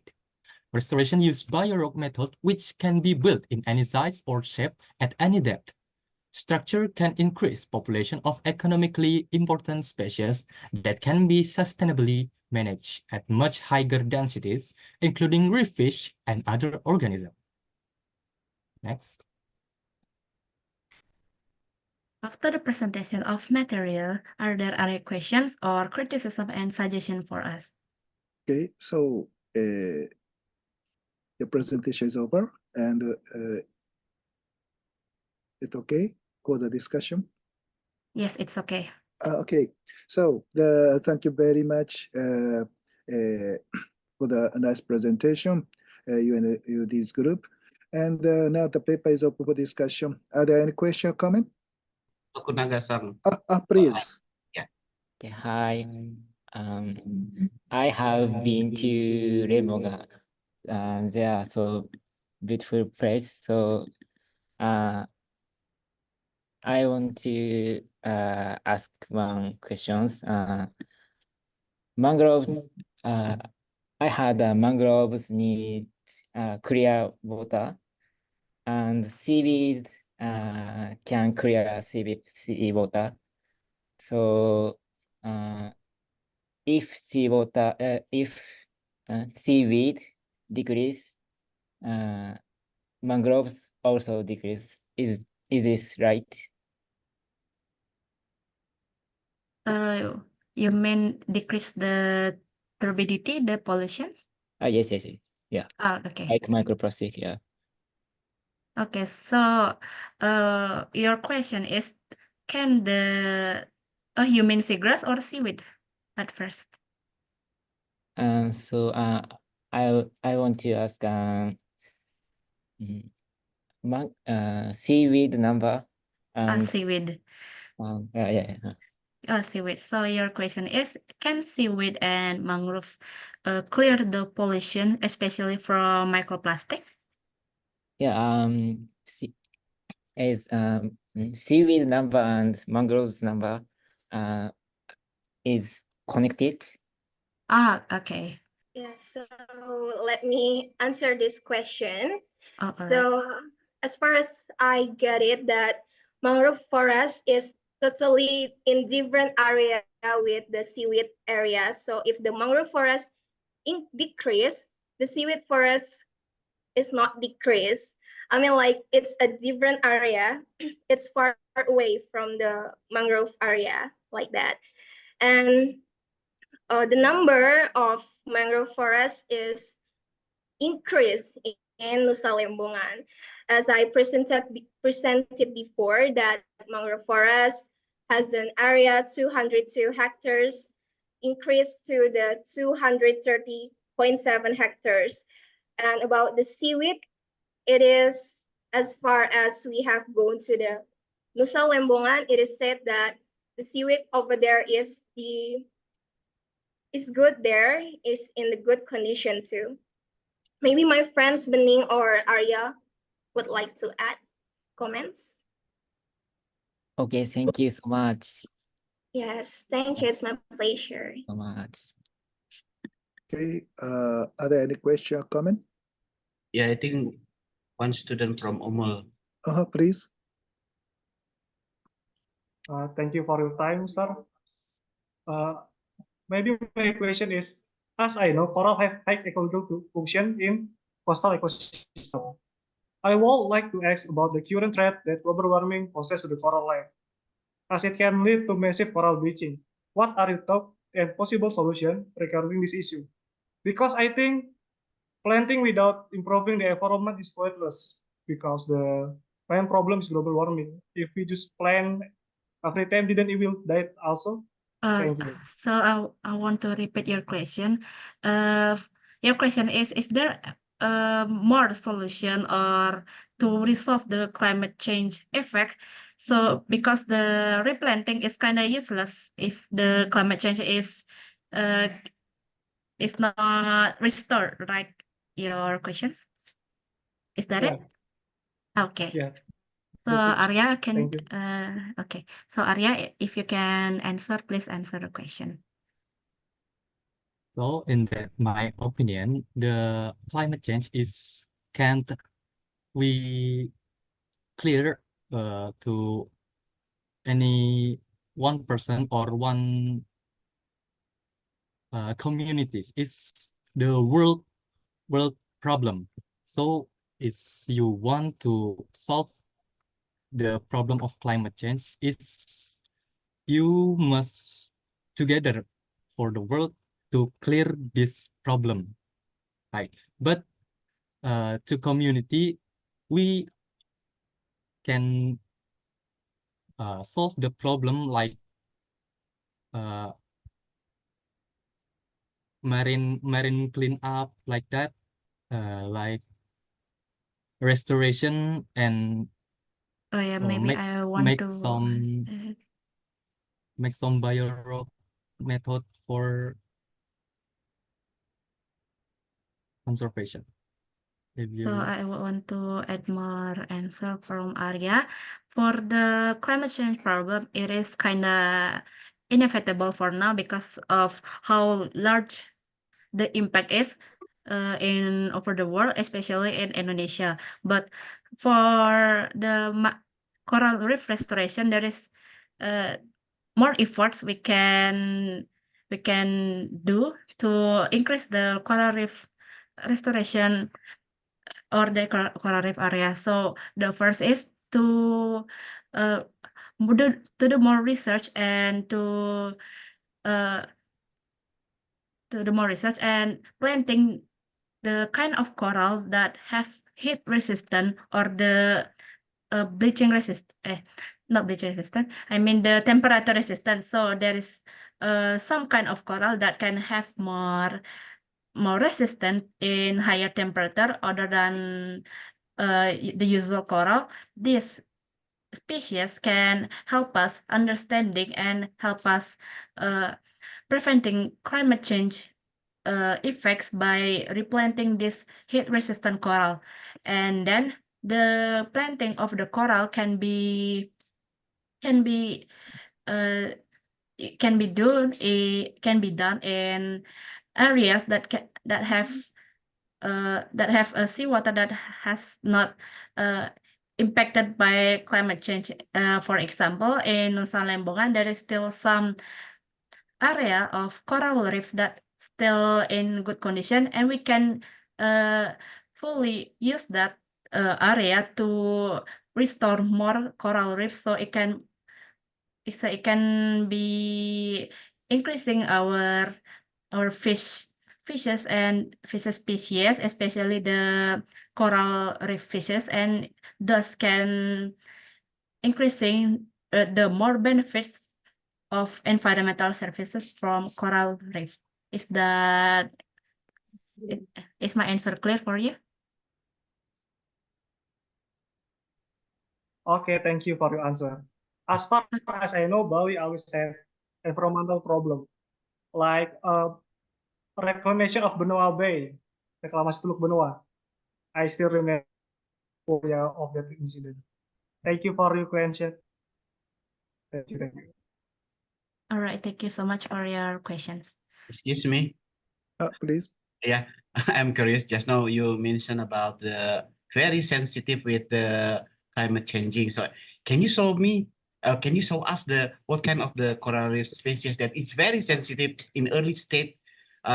This kind of the coral makes some reaction with the temperature. Can you show us maybe some of the species of coral reef that you already collect in the presentation? Can you show to us? It could be as biosensor maybe, yeah, for the coral.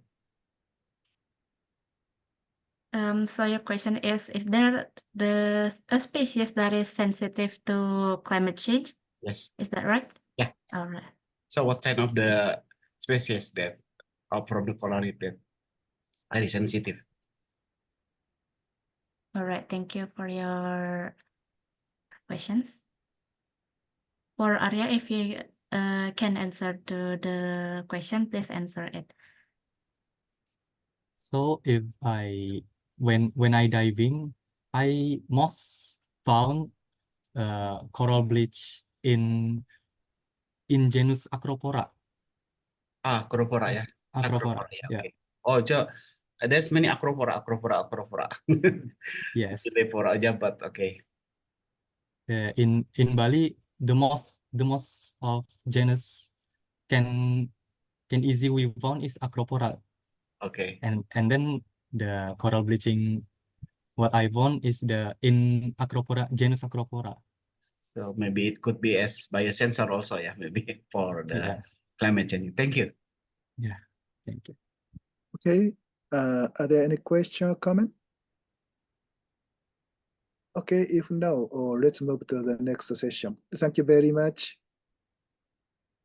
Thank you very much for all of your attention and question. I hope this presentation can give you more awareness about our coastal ecosystem. Thank you very much, and I hope to see you again in other opportunities. Okay, thank you very much. And Sorry. Okay, then the next presentation is given by UiTM Group 3, and the title of their talk is a floristic study in Peninsular Malaysia. If we are ready, please start.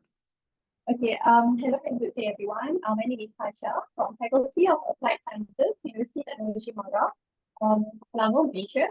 Today, my research team and I are going to present about the floristic variation of tree communities at selected forest reserves in Peninsular Malaysia. The research project is supervised by Dr. Faida Fardi. As an introduction, forest is an important terrestrial ecosystem providing habitat structure for many tree species.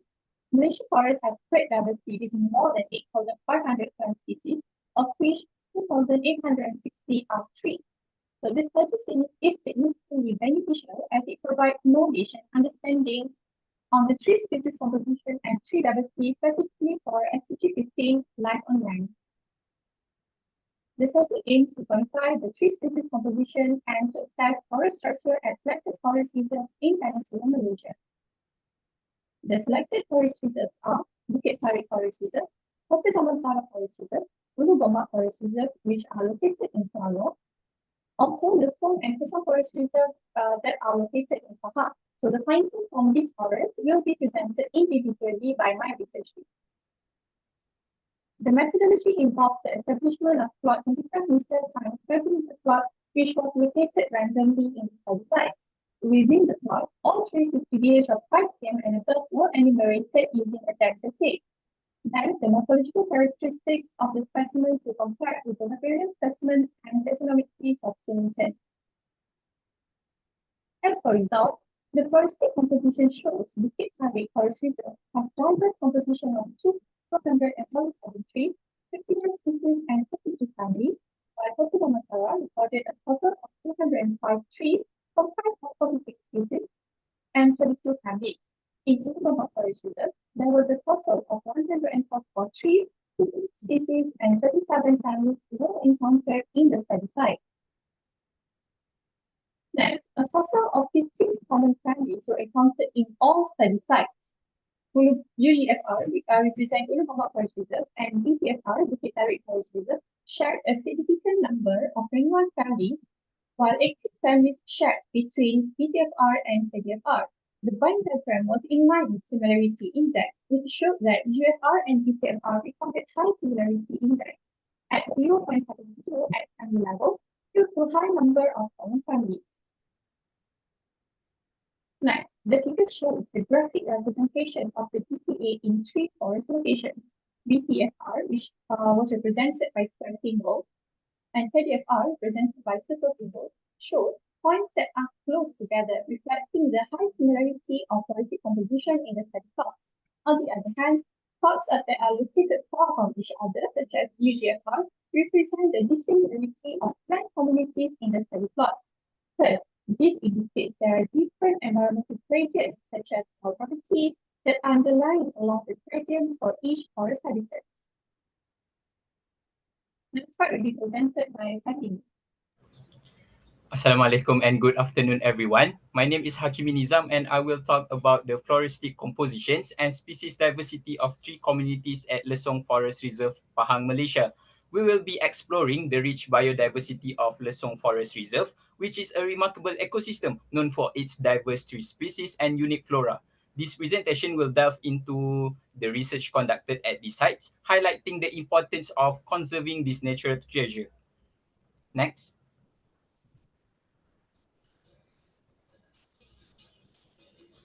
The study was conducted in Lesong Forest Reserve, the second largest forest reserve in Pahang, covering an area of 56,421 hectares. This reserve is located in the Rompin district, approximately 130 km from Kuantan, the state capital of Pahang. Next.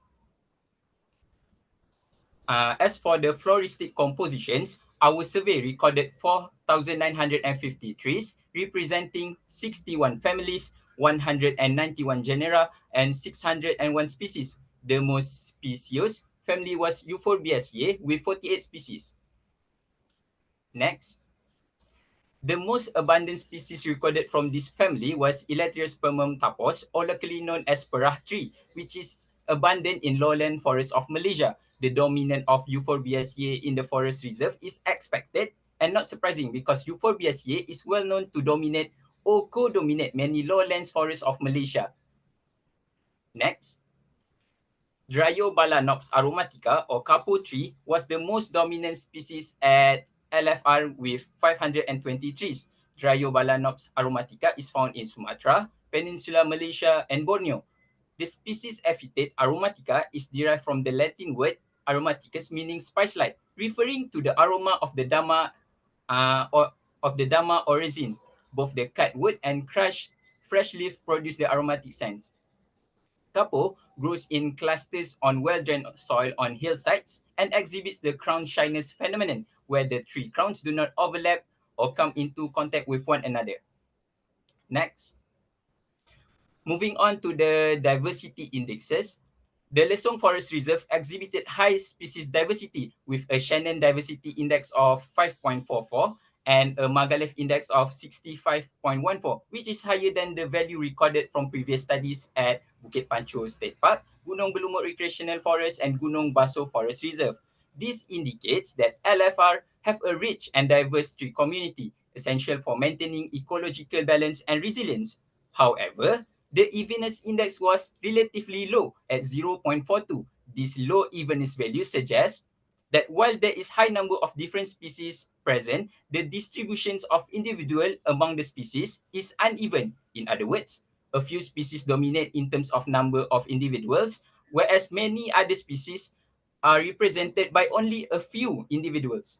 Understanding this uneven distribution is crucial for developing targeted conservation strategies that aim to protect the less abundant species and ensure a more balanced ecosystem. Next. For the stand structure, the stand structure of 3 communities in this reserve follow an inverse J-shaped curve, which is in line with other previous studies conducted in tropical forests. This structure suggests a healthy distribution of tree sizes with substantial number of younger and smaller trees supporting forest regenerations. I will pass to the next presenter. Hi, my name is Aida Umaira, and I will present the floristic composition in Tekam Forest Reserve, Pahang. This study examines the response of trees to enrichment carbon dioxide levels within the phase plot over 6 years. So here's my research site. My research site was the hexagonal phase plot in Tekam Forest Reserve, Jerantud, Pahang. Phase stands for free air carbon dioxide enrichment, where additional carbon dioxide is released through pipes attached to the metal rods in a hexagonal shapes. Next. Moving on to the result. So here's over the 6-year study, the tree species composition. As we can see here, it's declined from 475 trees in 2018 to 281 trees in 2023. It's similar to the species diversity, which also shows a decrease from 2018 to 2023. The Channel Winner Diversity Index also fell from 4.26 in 2018 to 3.38 in 2023, although it still indicates a high species diversity. The Evenness Index also shows a slight decline from 0.51 in 2018 to 0.43 in 2023. Next. So regarding to the tree diameter class, the highest number of tree fell into the smallest diameter class, which is 0.1 to 5 cm, which with the 465 trees in 2018, decreasing to 271 trees in 2023. Next. So this study also analyzed the abundance parameter, including density, frequency, basal area, and IVI of the 5 leading families over the 6 years. So here shows the Diprocarpaceae family had the highest density in the phase plot, but it also experienced the greatest annual reduction. It was also the most frequent family recorded, with a frequency of 100% in all plots from 2018 to 2023. So Diptrocarpus cornutus, which is from Diprocarpaceae family, and Castanopsis inermis from Fagaceae family were the most frequently recorded species. Next. In terms of basal area, Annonaceae family consistently had the highest due to its large diameter trees. And as for the IVI, the Diptrocarpaceae family was the dominant throughout 6 years. And Xylopia ferruginea from the Annonaceae family was the dominant species in the phase plot. Despite their high IVI values, they did not reach the threshold for absolute dominance, which set at 10% for species and 40% for families, according to Curtis and McIntosh. Next. Lastly, the biomass distribution showed an increase from an estimated 15.40 tons per hectare in 2018 to 17.47 tons per hectare in 2023. Xylopia ferruginea from Annonaceae family had the highest total biomass value of 6.77 tons per hectare compared to other species in the Annonaceae family. Next, I will pass to next presenter. Hi, and good evening, everyone. My name is Unmul and my friend Muhammad Zain will present topic comparative assessment of carbon dioxide absorption capacities in selected tree species of free air carbon enrichment and control plot at the Tekam Forest Reserve, Pahang. Next. Okay, I will start with the background of the studies. Tree and soil absorb CO2 through photosynthesis and play a crucial role in the Earth's carbon cycle. So increasing CO2 levels significantly contribute to global climate change by intensifying the greenhouse effect. So the problem statement of this study is there is a limited understanding of the CO2 absorption capabilities of various tree species under free air carbon dioxide enrichment conditions. And this study aims to assess the carbon sequestration capabilities of different tree species by comparing CO2 absorption levels under elevated CO2 condition in a free air carbon dioxide enrichment experiment and control areas, using acrylic box and the relationship between CO2 absorption of forest tree species and selected environmental variables. So there's 2 species that been used in the study, Brassioria ovalis and Calophyllum brascuri. Okay, next. Okay, the objective of this study is to compare forest tree species with higher potential of absorbing carbon dioxide in acrylic box under the compass and control plots. And next is to determine the relationship between CO2 absorption of forest, tree species, and selected environmental variables. Okay, next. The methodology of these studies, tree seedlings for each of the species were obtained from phase plot and control plot at the Tekam Forest Reserve, Jengke Pahang, and placing tree seedlings of each species in acrylic box, and one of the acrylic box will be used as a control, and CO2 temperature and humidity data were observed and collected within 24 hours.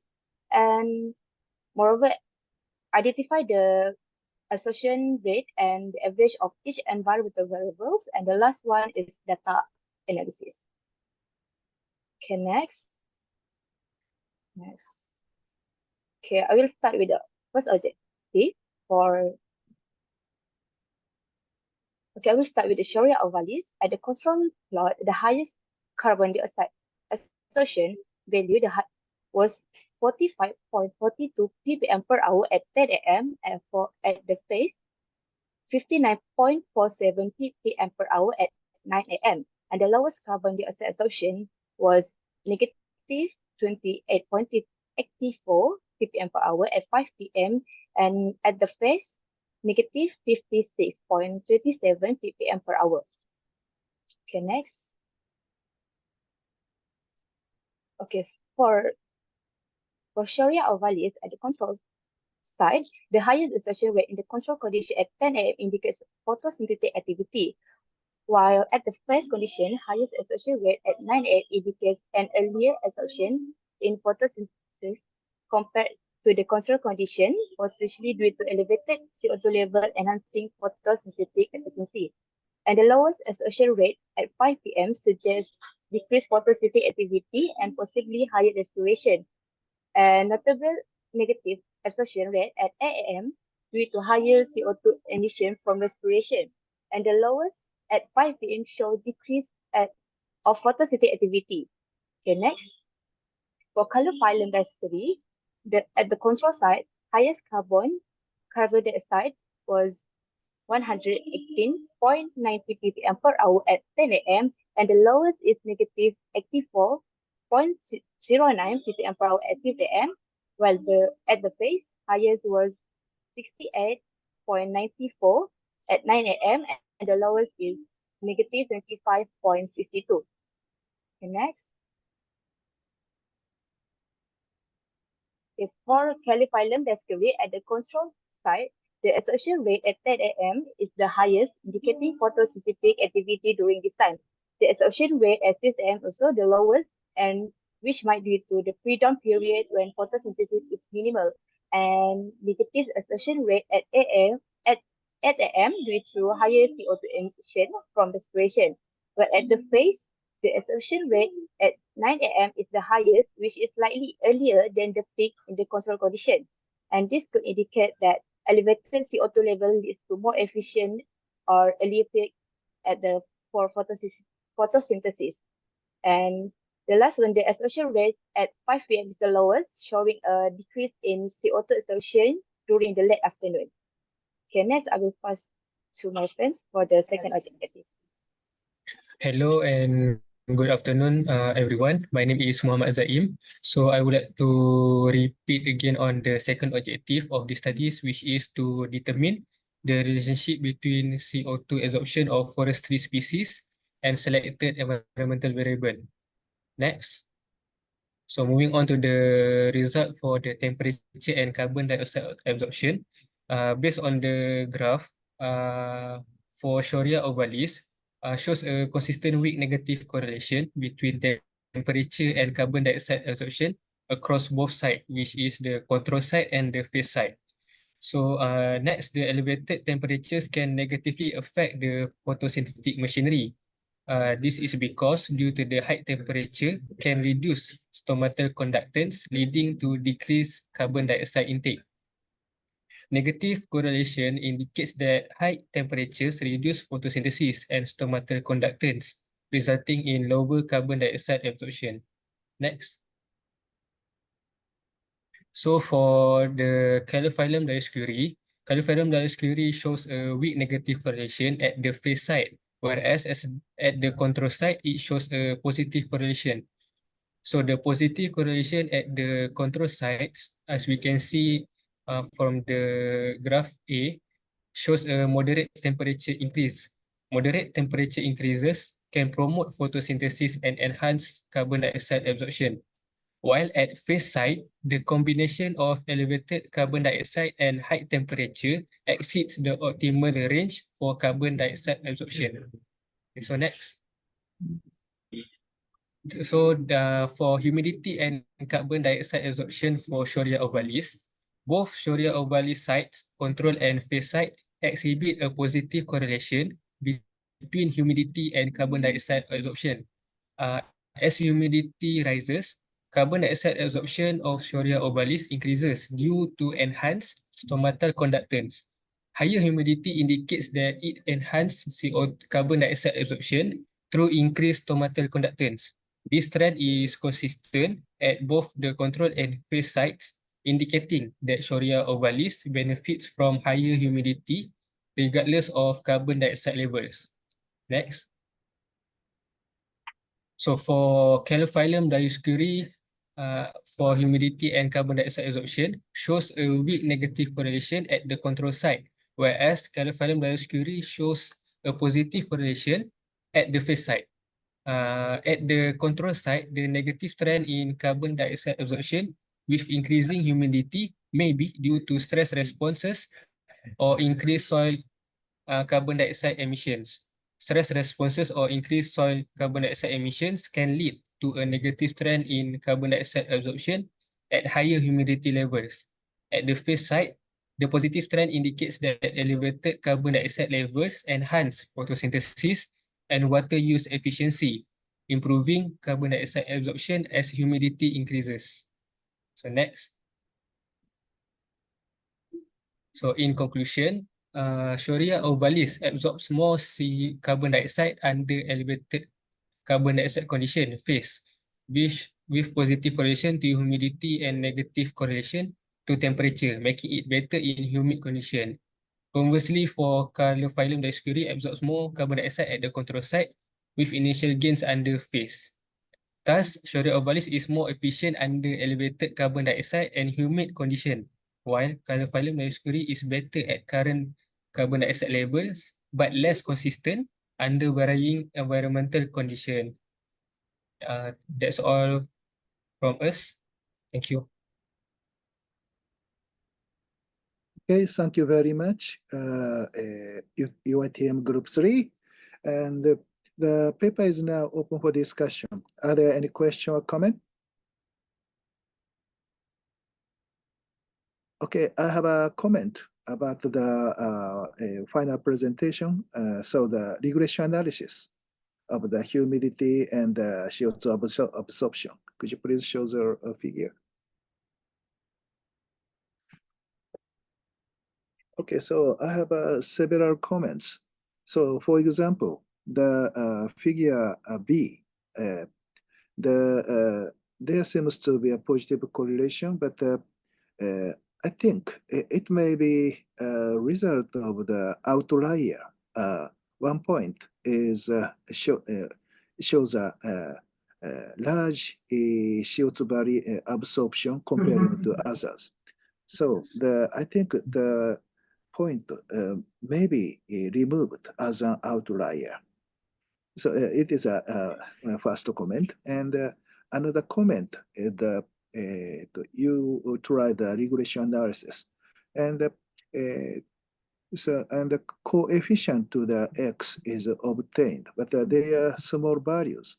So I recommend you to try the statistical analysis to whether the coefficient is 0 or not. Such a statistical analysis is available. So I recommend you to try. And another point is you try the correlation regression analysis, but I think the direct calculation of the correlation coefficient is possible. Why did you try the regression analysis instead of the calculation of the correlation coefficient? Do you have anything to add? on why you use the correlation coefficient, right? Yeah, so in this study, you tried the regression analysis, but it is possible to calculate the correlation coefficient directly. So my question is why you select the regression analysis instead of the calculation of the correlation coefficient? I think have you tried to calculate using correlation, or you just try regression?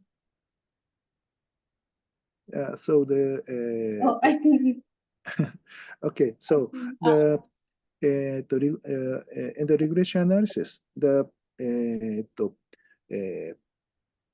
one parameter is explained, is supposed to be explained by the other parameter.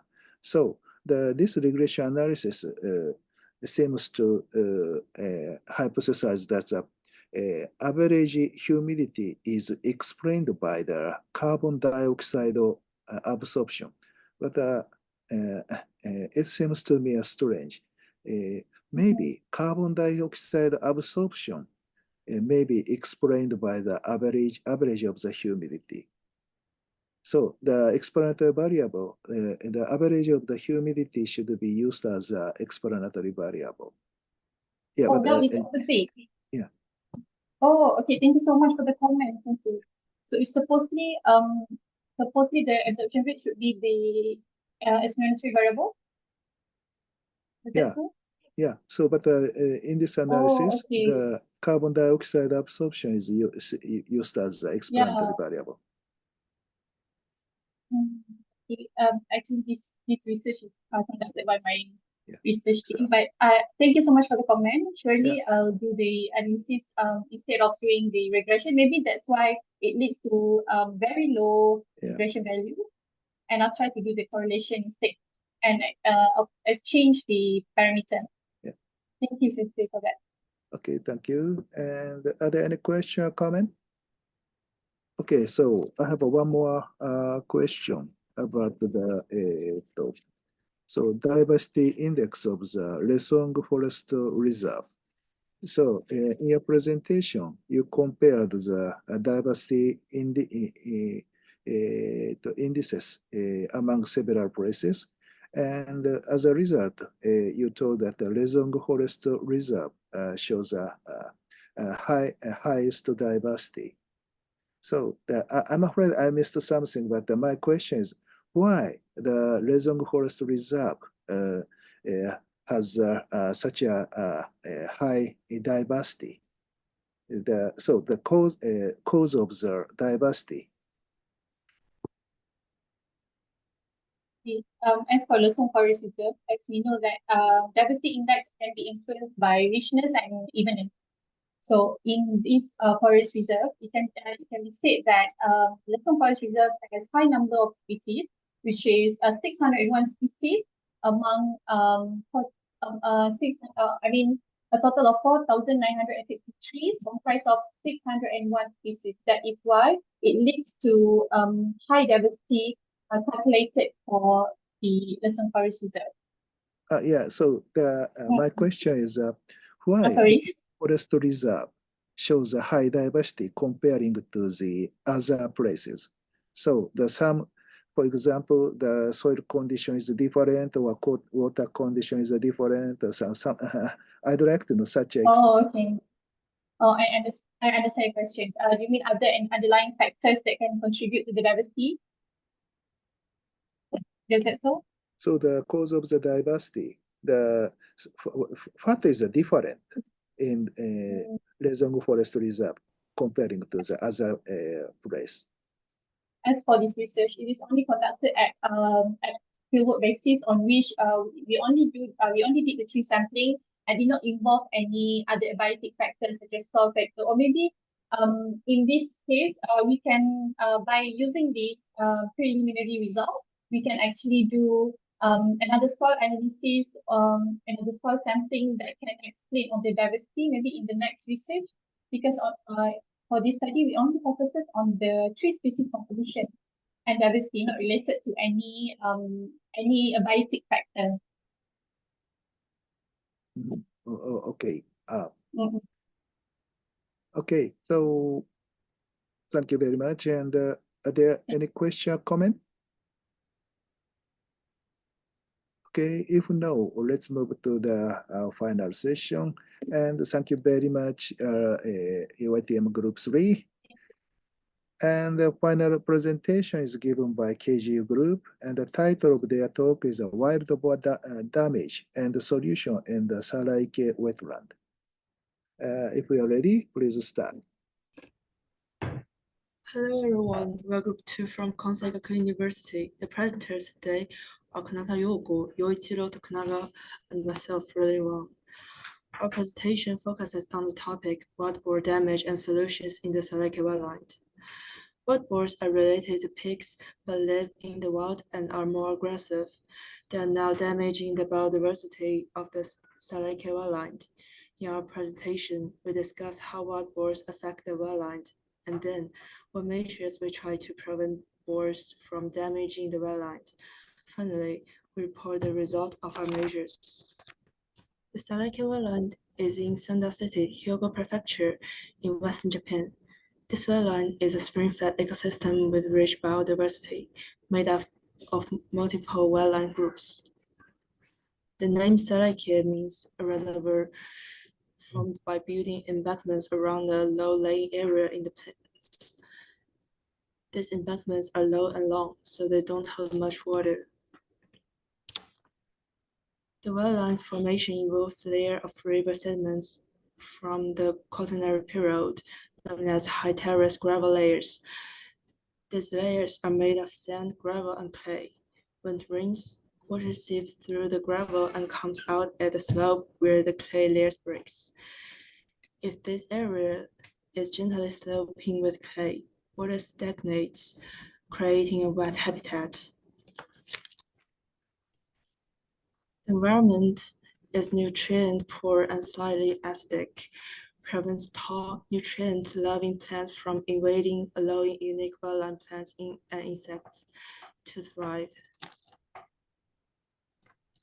Satoyama refers to a rural village in Japan where most of the population lived from hundreds to tens of years ago, during a time when agriculture and forestry were the country's core industries. Long-term interaction between humans and nature has shaped Satoyama, making it an important habitat of diverse organisms. However, technological advances and urbanization have nearly ended the use of Satoyama resources. Many valuable plants are listed in the Hyogo Prefecture Red Data Book. The Red Data Book includes endangered species.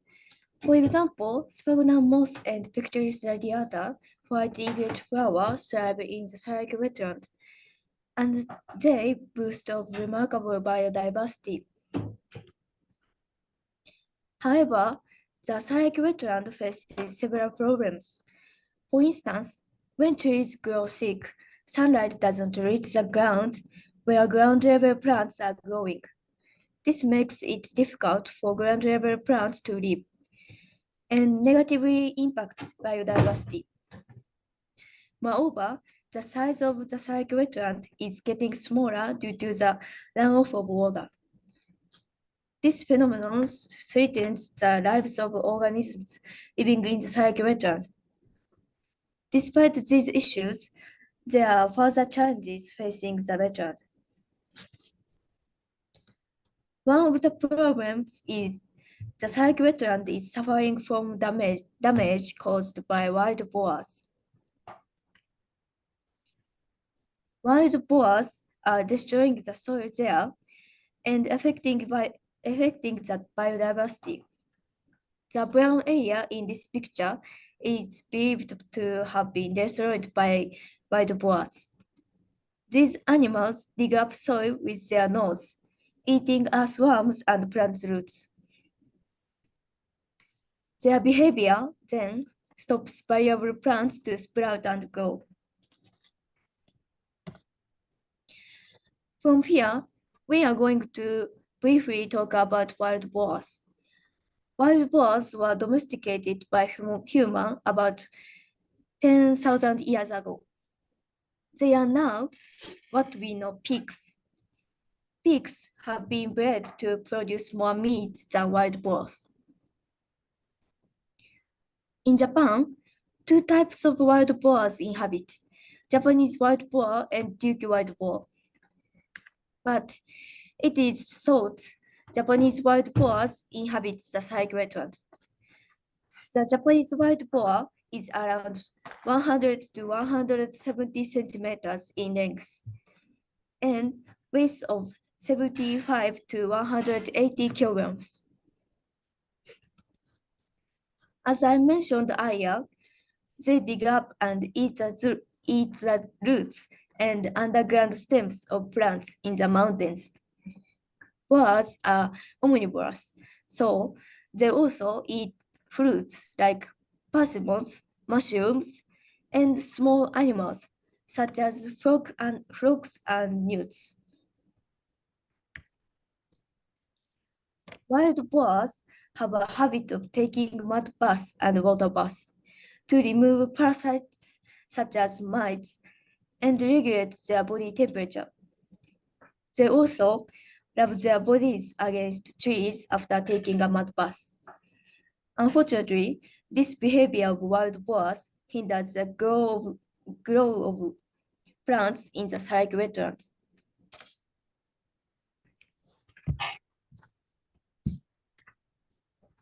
Okay, so now we will show you about an experiment to prevent wild boars from entering part of the Saraki wetland. We use electric fences during the winter season. So why use electric fences?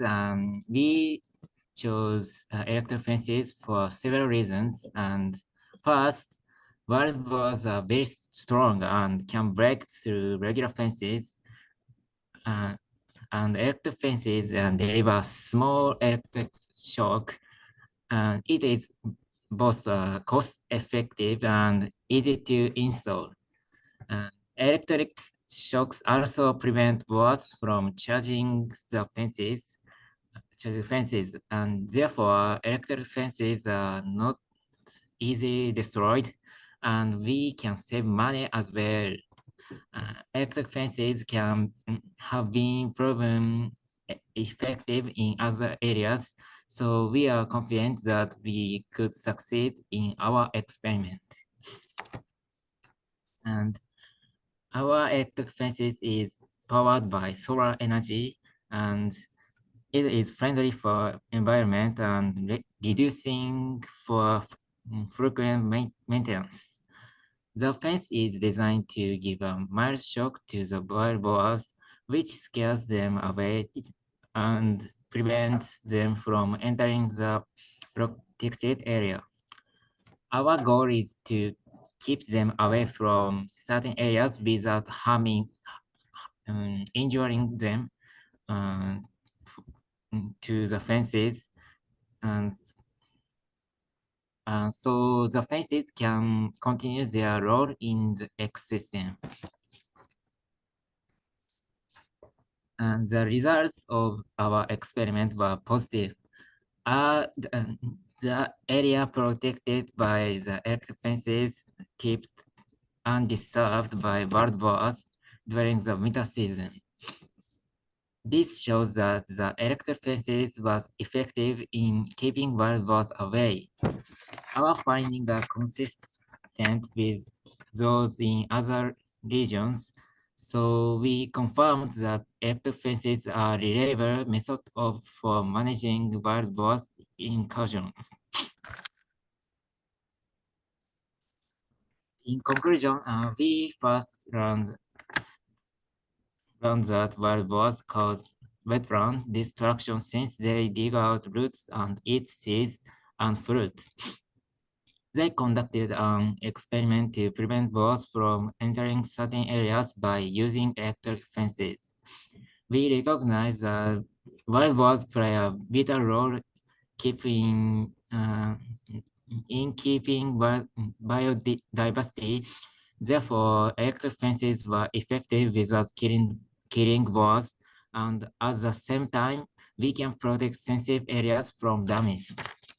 Thank you for listening. Okay, thank you very much for KGU group. And now the paper is open for discussion. Are there any question or comment? Okay, so inside like a wetland, they installed the electric fence to protect their plants from the wild boar. But I think electric fences are used to for the other places. So the protect the paddy and crop fields from the wild boar. The have you ever heard about the effectiveness of the electric fence in the paddy and the crop field? Today, you talked about the electric fences to prevent the plants for the other place. So the electric fence is used to prevent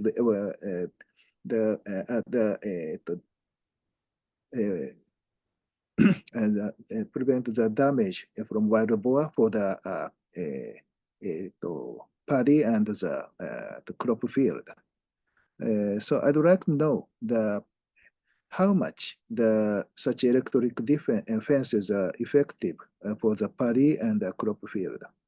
Do you have such information? So I'd like to know the fence can completely protect the paddy and the crop field from wild boar, or it can protect them about 50% or something like that, such a quantitative value. Yeah, if you don't have such a quantitative value, it is okay. But do you have such information? So we protect we want to protect a weak place, and there are some rare seeds. So wild boars eat the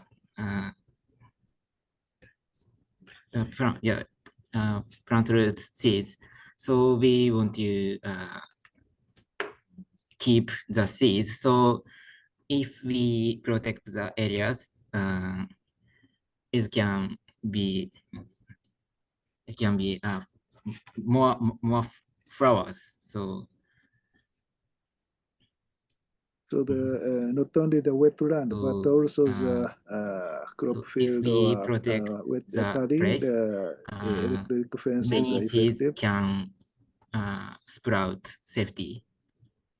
Excuse me, I overlapped with the answer, so I can't hear you. But